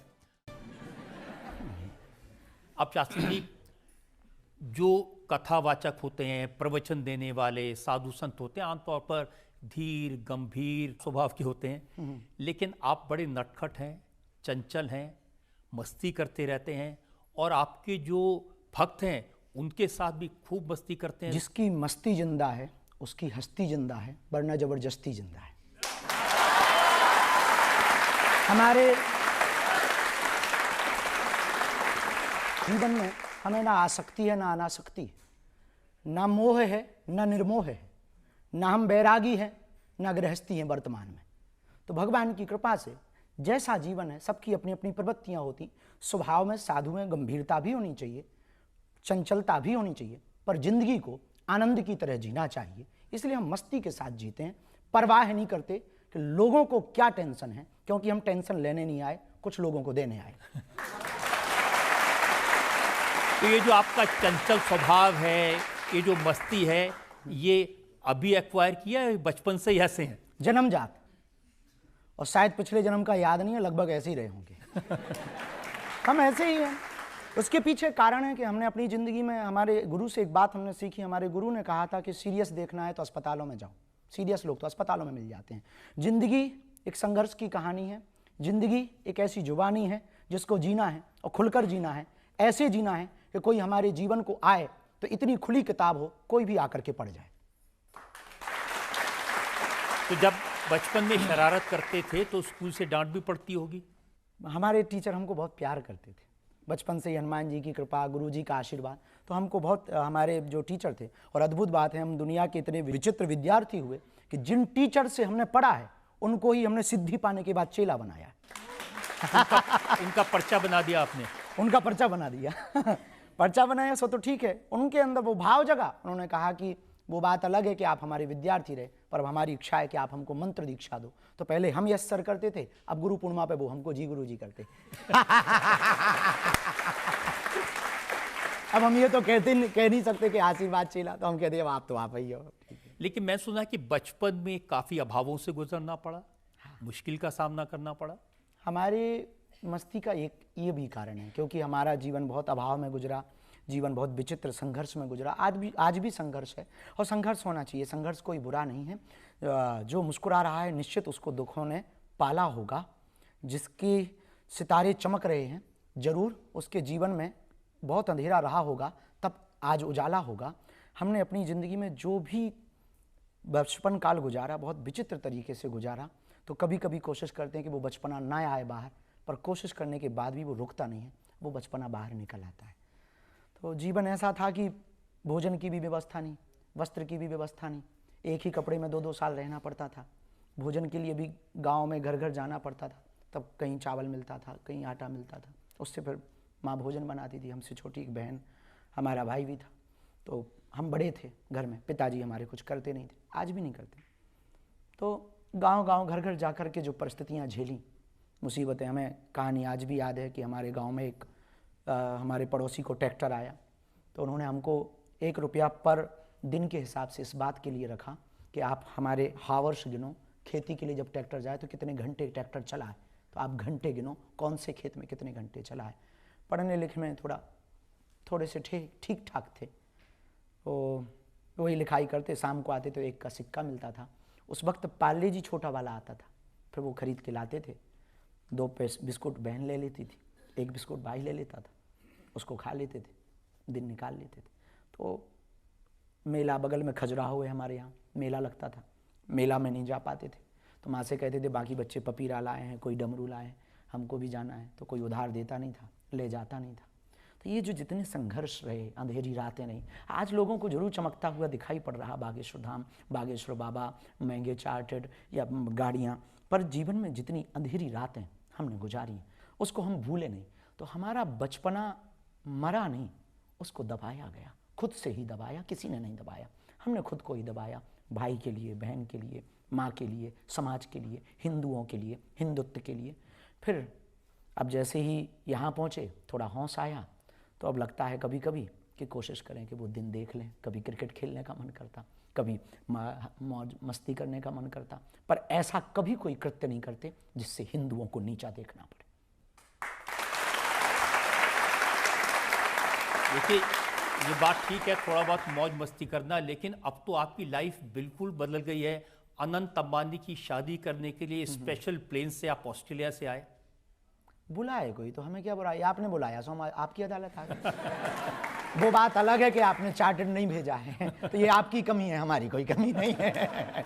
हमको तो कोई बुलाए, हम तो साधु हैं। वो बहुत प्रिय हैं, वो बहुत प्यारे। उन्होंने जो कार्य किया अभूतपूर्व किया, अपनी विवाह परंपरा को, मांगलिक काज को, उत्सव को महोत्सव बनाया और सनातन संस्कृति के साथ मनाया। इस देश में अमीर बहुत हैं, पर ऐसी अमीरी होनी चाहिए जिसमें साधु भी हो, देश का नेता भी हो, देश का अभिनेता भी हो, पर संत भी हो, महंत भी हो, आदर भी हो, सत्कार भी हो, त्योहार भी हो, उत्सव भी हो। हमें ये बात उनकी जची है और हमारी बहुत प्रिय भी है। उन्होंने कहा कि आपको आना है, और उन्होंने फ़ोन लगाया कि हम तब तक दूल्हा नहीं बनेंगे जब तक दादा कहते, तो जब तक आप आओगे नहीं। हम कहा हम ऑस्ट्रेलिया में, हमारी कथा है, कथा छूट जाएगी तो दक्षिणा भी नहीं मिलेगी, बड़ी आफत हो जाएगी।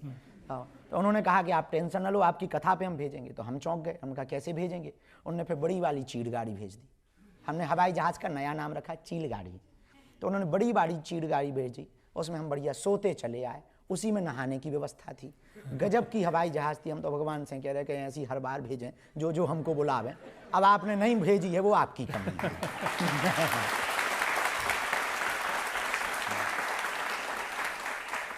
और रोल्स रॉयस भी भेजी उन्होंने एयरपोर्ट से लेने के लिए।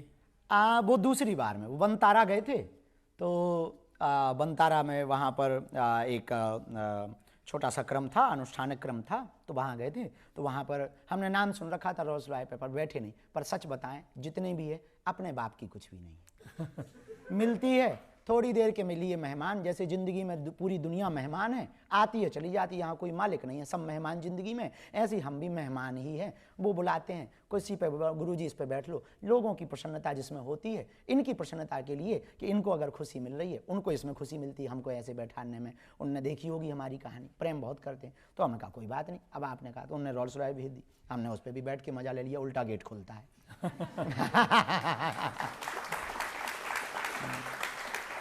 लेकिन आप किस स्टाइल में रहते हैं उसकी कुछ तस्वीर मैं लोगों को दिखाना चाहता हूं। दिखा दो।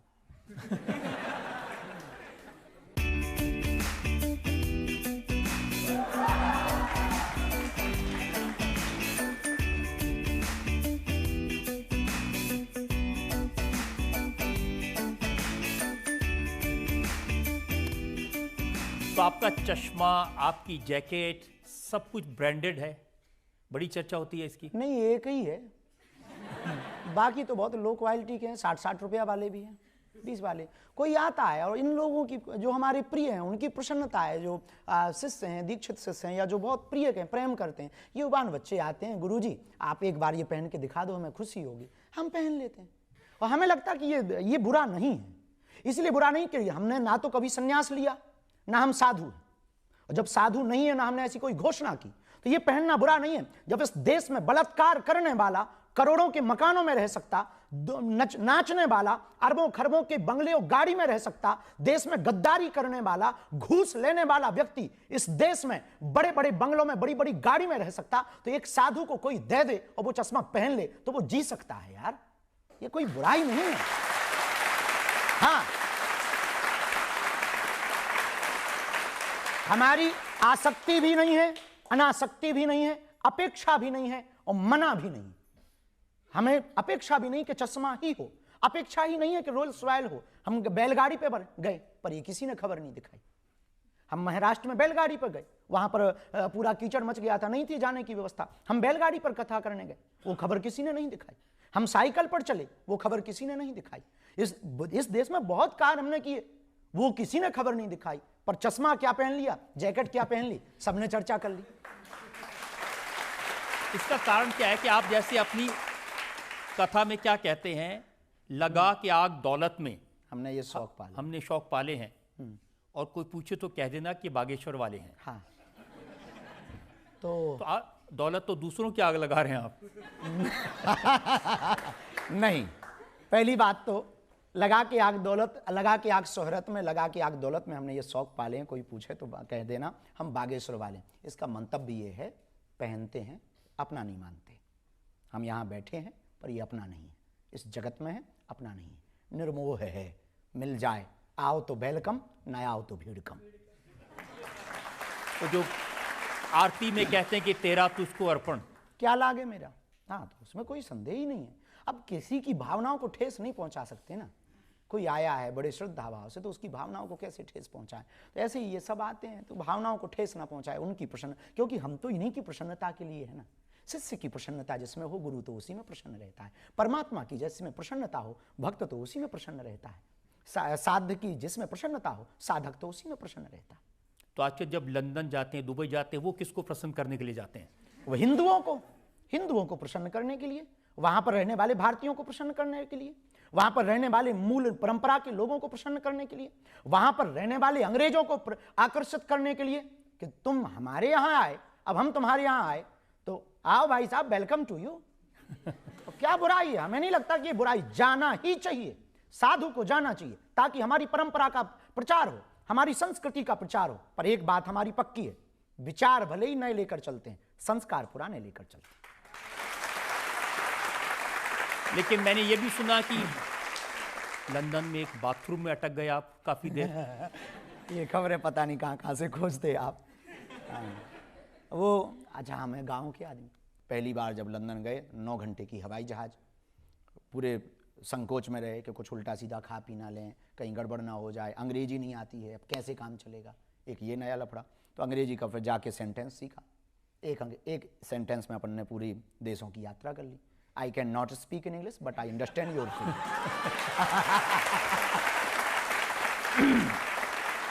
अब जैसे ही हम लंदन उतरे तो हिथ्रो से एक जगह है बेम्बली, तो बेम्बली में चेला जजमान लेने आए, फूल माला चढ़ाई, हमने आशीर्वाद दिया, तो घर लेवा गए, बोले महाराज ये घर है। तो हमने देखा, पहली बार लंदन गए, पहली बार विदेश गए, प्रथम यात्रा थी हमारी विदेश की। तो हमने मकान देखा, तो हमने लकड़ी का मकान अच्छा लगा, सुंदर बढ़िया, नीचे कारपेट बिछा, मोटा गद्दा, हमका बहुत अच्छा घर है। ठंडी थी, अब हमने सोचा स्नान ध्यान कर लें फिर भोजन पाएँ। तो जैसे ही कपड़े उतार करके अंदर गए, बड़ा झंझट, और वहाँ पे कहीं नल की टोंटी ही नहीं। अब हम बड़े टेंशन में, अब कपड़ा भी उतार लिए, कैसे रहें। तो तौलिया भर लपेटे, हम कहा वैसे कैसे अब नागा बाबा बन के बाहर निकले। तो बाल्टी नहीं और मग नहीं, और हम देसी आदमी और विदेशी, वहाँ तो सिर्फ टिश्यू पेपर थे।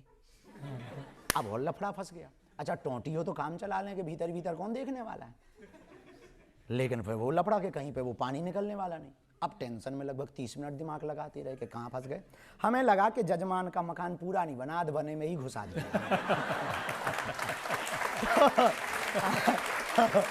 फिर जो बटन लगे तो हमने कहा बटन है तो मतलब कुछ ना कुछ तो लफड़ा है। तो हमने जैसे ही बटन दबाया तो उसमें सावर ऊपर छत में था, तो पानी नीचे गिरा, सो गरम गिरा, सो हाथ जल गया। अरे हमने कहा गरम भी यही है तो ठंडा भी यही होगा। तो फिर उसको भंजा के जैसे तैसे नहा करके निकले। जजमान बोला गुरुजी कोई असुविधा तो नहीं? हम कहे एक भी सुविधा नहीं। बोले क्यों? अरे हम कहा मकान तो तुम्हारा करोड़ों का है, 60 रुपया की बाल्टी और 20 रुपया का नल फिट नहीं करवा पाए तो उसने फिर उसके दूसरे दिन पर देसी व्यवस्था भी अपनी, और उसके बाद में फिर हम जहाँ भी जाते हैं तो पानी की बोतल जो प्लास्टिक वाली है वो ले जाते हैं, और बाथरूम जैसे ही जाते तो वो काट करके रख लेते हैं, अपना काम चलता। तो पिज्ज़ा खाने को मिला तो भी आप शॉक्ड हो गए थे? हाँ वो पिज्जा, आज आपके पास सब खबर है। पिज्जा वहाँ कथा हुई तो यजमान जी और जो सब लड़के बहुत अच्छे मिल गए, हिल जुल गए, और भाव प्रभाव देख करके, कथा देख करके, दरबार देख करके हमने बढ़िया हनुमान जी का नाम लेके 2-3 दिन में जहाँ हनुमान जी ने पूंछ घुमाई तो कुछ अंग्रेज भी चेला बन गए, वहाँ के लोग भी फिर समझ गए कि ठीक है बाबा बहुत अच्छा है। तो गाड़ियाँ ले करके एक दिन बोले गुरुजी चलो लंदन घुमाते हैं, कुछ दिखाते हैं। तो एक वहाँ के महाराज जी भी थे वो भी गए, त्यागी जी भी थे वो भी गए। तो गए तो बोले आपको हम पिज़्ज़ा खिलाते हैं। हमने तो कभी खाया नहीं था। तो हम जैसे ही उतरे तो उस पर लिखा था पिज्जा हट। तो हमने कहा कि इसमें तो लिखा है हट। तो उन्होंने कहा हट का, बोले हट का मतलब मकान होता है। और हमने जब गोरी मेमन को देखा वो पिज्जा ऐसे प्लेट में धरे और खाएं, लंबी सी, वो भाई वो सफ़ेद हमने देखा। तो हमने जब उस पे पिज्जा पे डली हुई देखी, हमने कहा ऐसा लग रहा है जैसे छोटे बच्चे ने जुकाम कर दिया।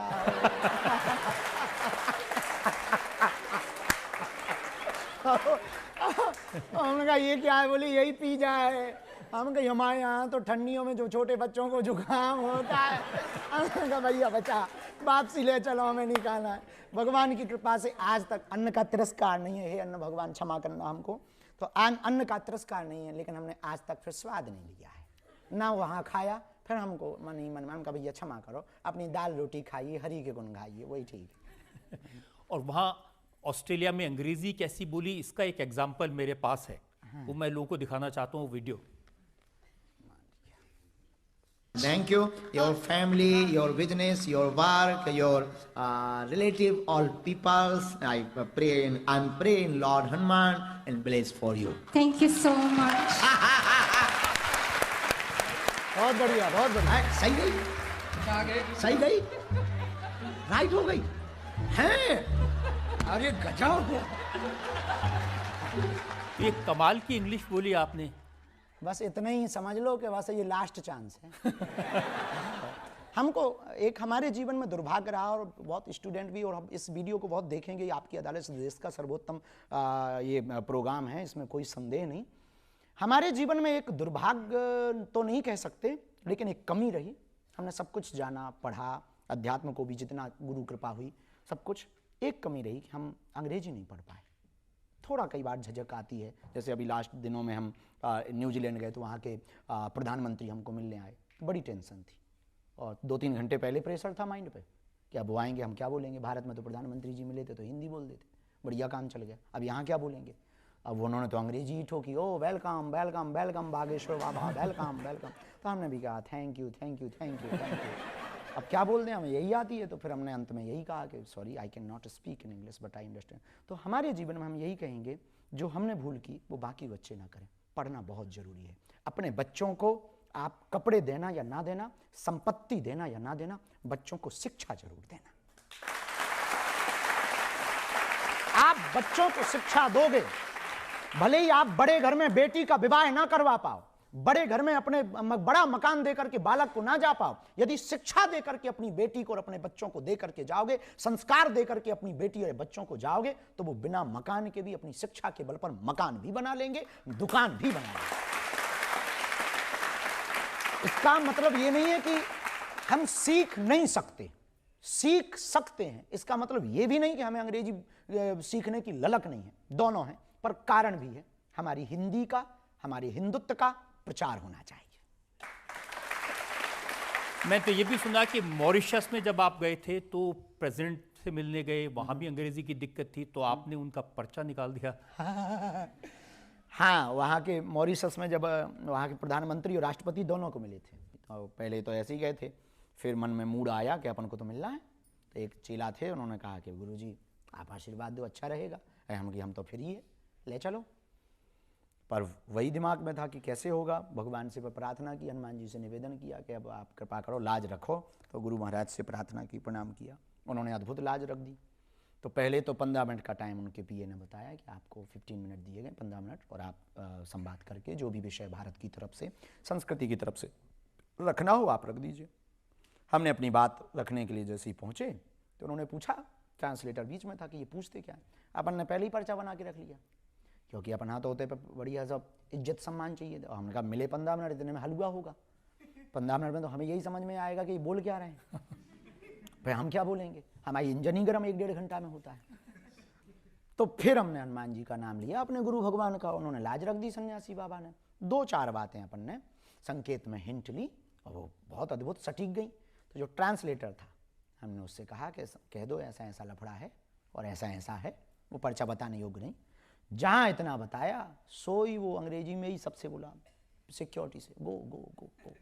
और दरवाज़ा बंद करके ट्रांसलेटर हम वो तीनों 1.5 घंटे तक बैठे रहे।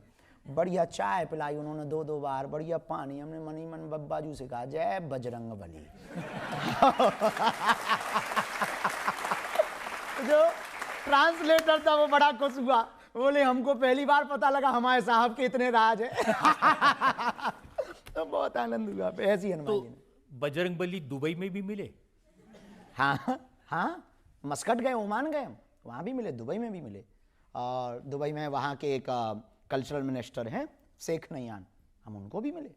हाँ, भारत में है दिक्कत, भारत में लगता है कि हम मुसलमानों के विरोधी हैं, बल्कि जहाँ रियल वाले मुसलमान रहते हैं वो तो सब रेड कारपेट बिछा के हमारा स्वागत करते हैं। हाँ, क्योंकि हम आदमी बहुत अच्छे हैं। तब आप पढ़ने के लिए ऑक्सफोर्ड जाना चाहते हैं, पीएचडी करना चाहते हैं? सही खबर है। हमारा उद्देश्य है कि जीवन विद्यार्थी में ही रहना चाहिए, पढ़ते ही रहना चाहिए। और जो काम हम कर रहे हैं उस कार्य में हनुमान जी की कृपा और गुरु का प्रसाद तो है ही है। आने वाले दिनों में सब युवाओं को भी कहेंगे किसी भी उम्र में पढ़ाई की जा सकती है। तो किस विषय पर पीएचडी करेंगे आप? पीएचडी हमारा उद्देश्य है कि कैम्ब्रिज या ऑक्सफोर्ड यूनिवर्सिटी में हो और भूतों पर। ये सुनकर के आप बहुत हंसेंगे। एक विषय अभी शुरू हुआ है ऑक्सफोर्ड यूनिवर्सिटी में भी, कैम्ब्रिज में भी, और अमेरिका की भी बहुत सी यूनिवर्सिटियों में। एक विषय हुआ पैरानॉर्मल। पैरानॉर्मल नाम का एक सब्जेक्ट स्टार्ट हुआ है। पैरानॉर्मल मीन्स अदृश्य शक्तियां, भूतों के बारे में जानना। हमारा काम ही है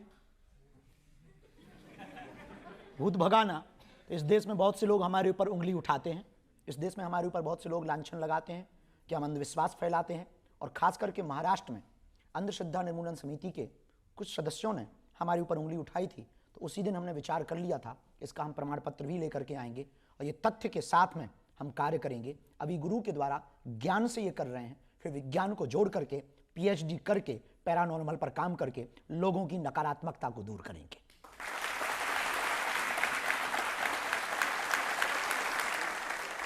देखिए, आजकल बहुत सारे लोग ये जब आपकी विदेश यात्राएं देखते हैं, आपकी ये गाड़ियां देखते हैं, लोग कहते हैं ये अब ये अमीरों के गुरु हो गए हैं, गरीबों से नाता टूट गया इनका। वाह, गरीबों से नाता तोड़ेंगे तो जी नहीं पाएंगे, क्योंकि हमारी जिंदगी गरीबी थी, आज भी वही है, कल भी वही है। जब तक जिएंगे जैसे कल थे वैसे ही रहेंगे। हाँ, लोग मिलने आते हैं तो कुछ मजबूरियां जरूर होती हैं। हमने कभी अपने जीवन में बदलाव नहीं किया। आज भी उन्हीं बेटियों का विवाह करवाते जिनके माता पिता नहीं है और जो दीनहीन है। आज भी भंडारा कोई व्यक्ति भूखा ना जाए। आज भी बागेश्वर धाम पर रहते हैं, 18-18 घंटे जागते हैं, एक एक व्यक्ति को मिलते हैं। भीड़ बहुत हो गई तो ज़्यादा को नहीं मिल पाते, पर जितनों को भी हम अपनी तरफ से भोजन, कई बार भोजन छोड़ देते, पर लोगों की सेवा नहीं छोड़ते। जो कल थे वो आज हैं। बाकी कहने वालों ने तो राम को भी नहीं छोड़ा, हम तो आम हैं, हमें कब छोड़ेंगे।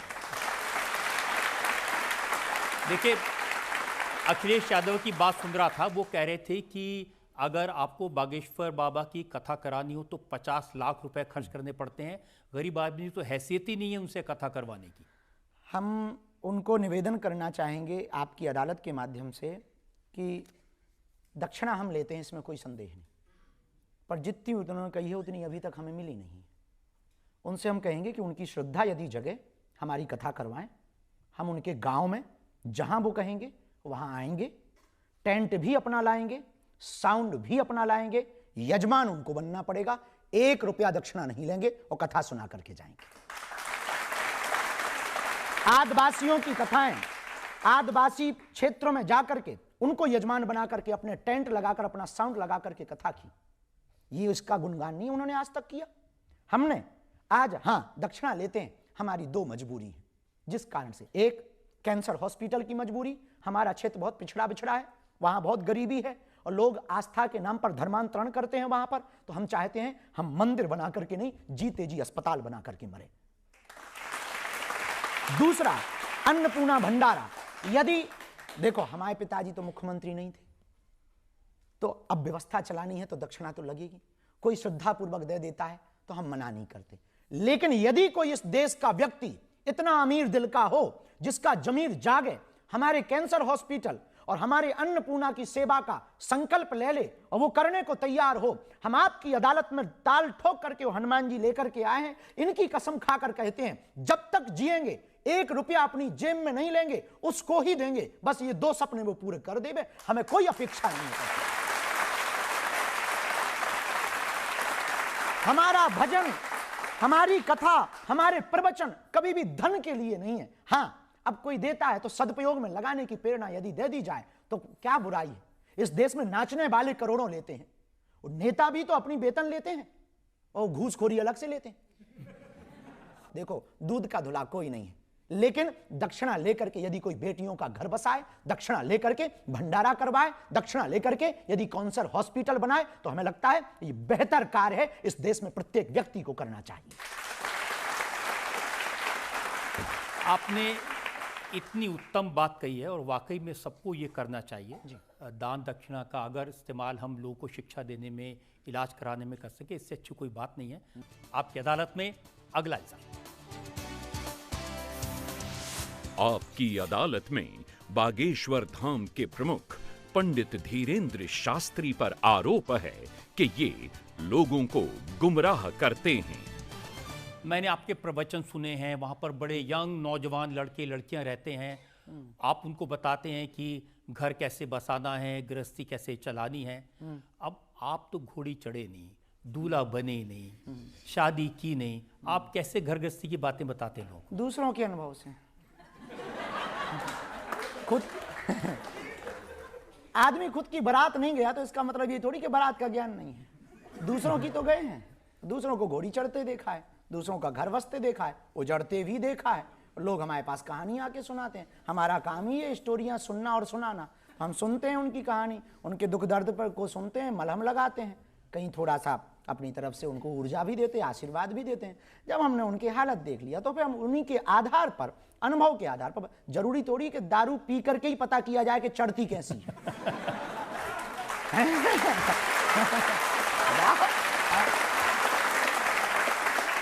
कोई पी के गिरे तो भी पता कर लेना चाहिए ऐसे चढ़ती है।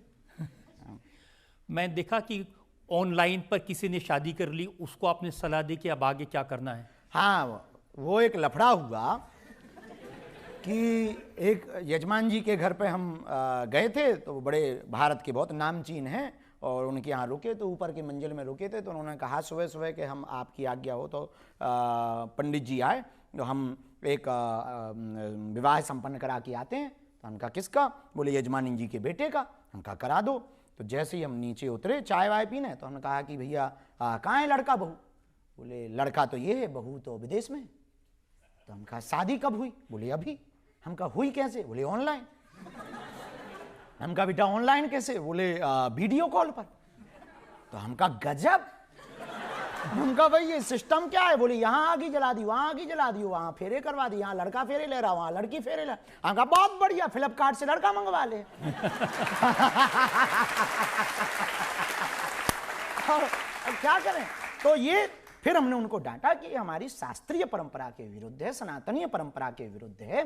ठीक है, कोई विशेष मजबूरी हो। अब वो बोले 6 महीना बाद वीजा का हो पाएगा। हम कहे 6 महीना बाद रोक लो, जब तुम 20 साल रुक सकते तो 6 माह नहीं रुक सकते, ये कौन सी मजबूरी है? तो फिर इस बात में हमारा कहना, इस कहानी के पीछे जो सारांश है वो ये है, अपनी संस्कृति नहीं भूलनी चाहिए। भागती दौड़ती जिंदगी में, AI के जमाने में HI नहीं भूलना चाहिए, हिंदुत्व परंपरा को नहीं भूलना चाहिए।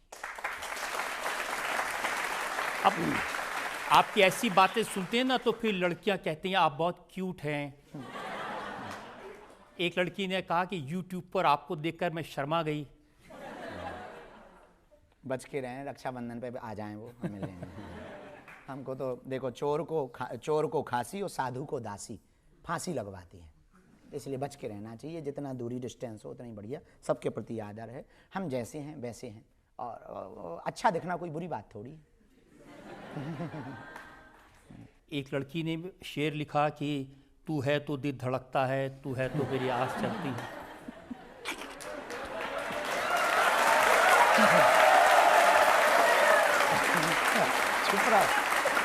ये बहुत लफड़े चलते हैं, ये साइड के लफड़े हैं, चलते रहते हैं। लोग न जाने क्या क्या कहते रहते हैं, उन पे तो भगवान की बहुत दया है। और भगवान की दया है कि भगवान बचाए हैं और बचाए रखें, हमारी ऐसी बुद्धि रखें कि हमारे कारण, हनुमान जी से यही प्रार्थना है, सन्यासी बाबा से, हमारे कारण हिंदुओं को नीचा ना देखना पड़े, ऐसी हमारी बुद्धि भगवान बनाए रखें। लेकिन आप भी तो कहते हैं ना कि इन आँखों को आदत हो गई तुम्हारी। हाँ, उनके, हमने हनुमान जी को कहा, ये किसी लड़की के लिए नहीं कहा है। हाँ। अच्छा जी, इतने सारे जो शेर पढ़ते हैं वो सब हनुमान जी के लिए पढ़ते हैं आप? हाँ, हम तो उनसे ही प्यार करते हैं, अपने गुरु से हम बहुत प्रेम करते हैं, तो उनके लिए ही पढ़ देते हैं, और कोई बुराई भी नहीं। देखिए, इस देश में 2 लोग हैं जिनको जब भी कोई मिलता है तो पूछता है कि भाई आप शादी कब करोगे, एक सलमान खान और एक आप। नया जवाब ये है कि जल्दी ही हम आपको कार्ड थामेंगे, कार्ड ही देंगे। करनी तो है, कुछ सपने हैं जो जीते जी हम देखते हैं, सोते हुए नहीं। हॉस्पिटल का सपना है, हिंदू राष्ट्र का सपना है, हिंदुओं को जगाने का सपना है, युवाओं को सात्विक बनाने का सपना है, नशा मुक्त राष्ट्र बनाने का सपना है। इस देश में तलवारों की क्रांति नहीं, विचारों की क्रांति लाने का सपना है। ये सपने हमारे चल रहे हैं, इन्हें हमने खुली आंखों से देखा है। पहले हमें ये करना है, गृहस्थ जीवन में माता पिता की आज्ञा से जाना है, और कोई बुराई भी नहीं, जाना भी चाहिए, कोई बुराई। कल के दिन सन्यास लेकर के यदि गृहस्थी बनेंगे तो पाप होगा, गृहस्थ होकर के सन्यासी बनेंगे तो ये मर्यादा है। अब शादी तो करनी पड़ेगी क्योंकि नरेंद्र मोदी ने आपकी पर्ची निकाल दी शादी की। जी, प्रधानमंत्री जी ने, बहुत सरल है, अद्भुत है। हम उनसे जो हम मिले, अभूतपूर्व है, और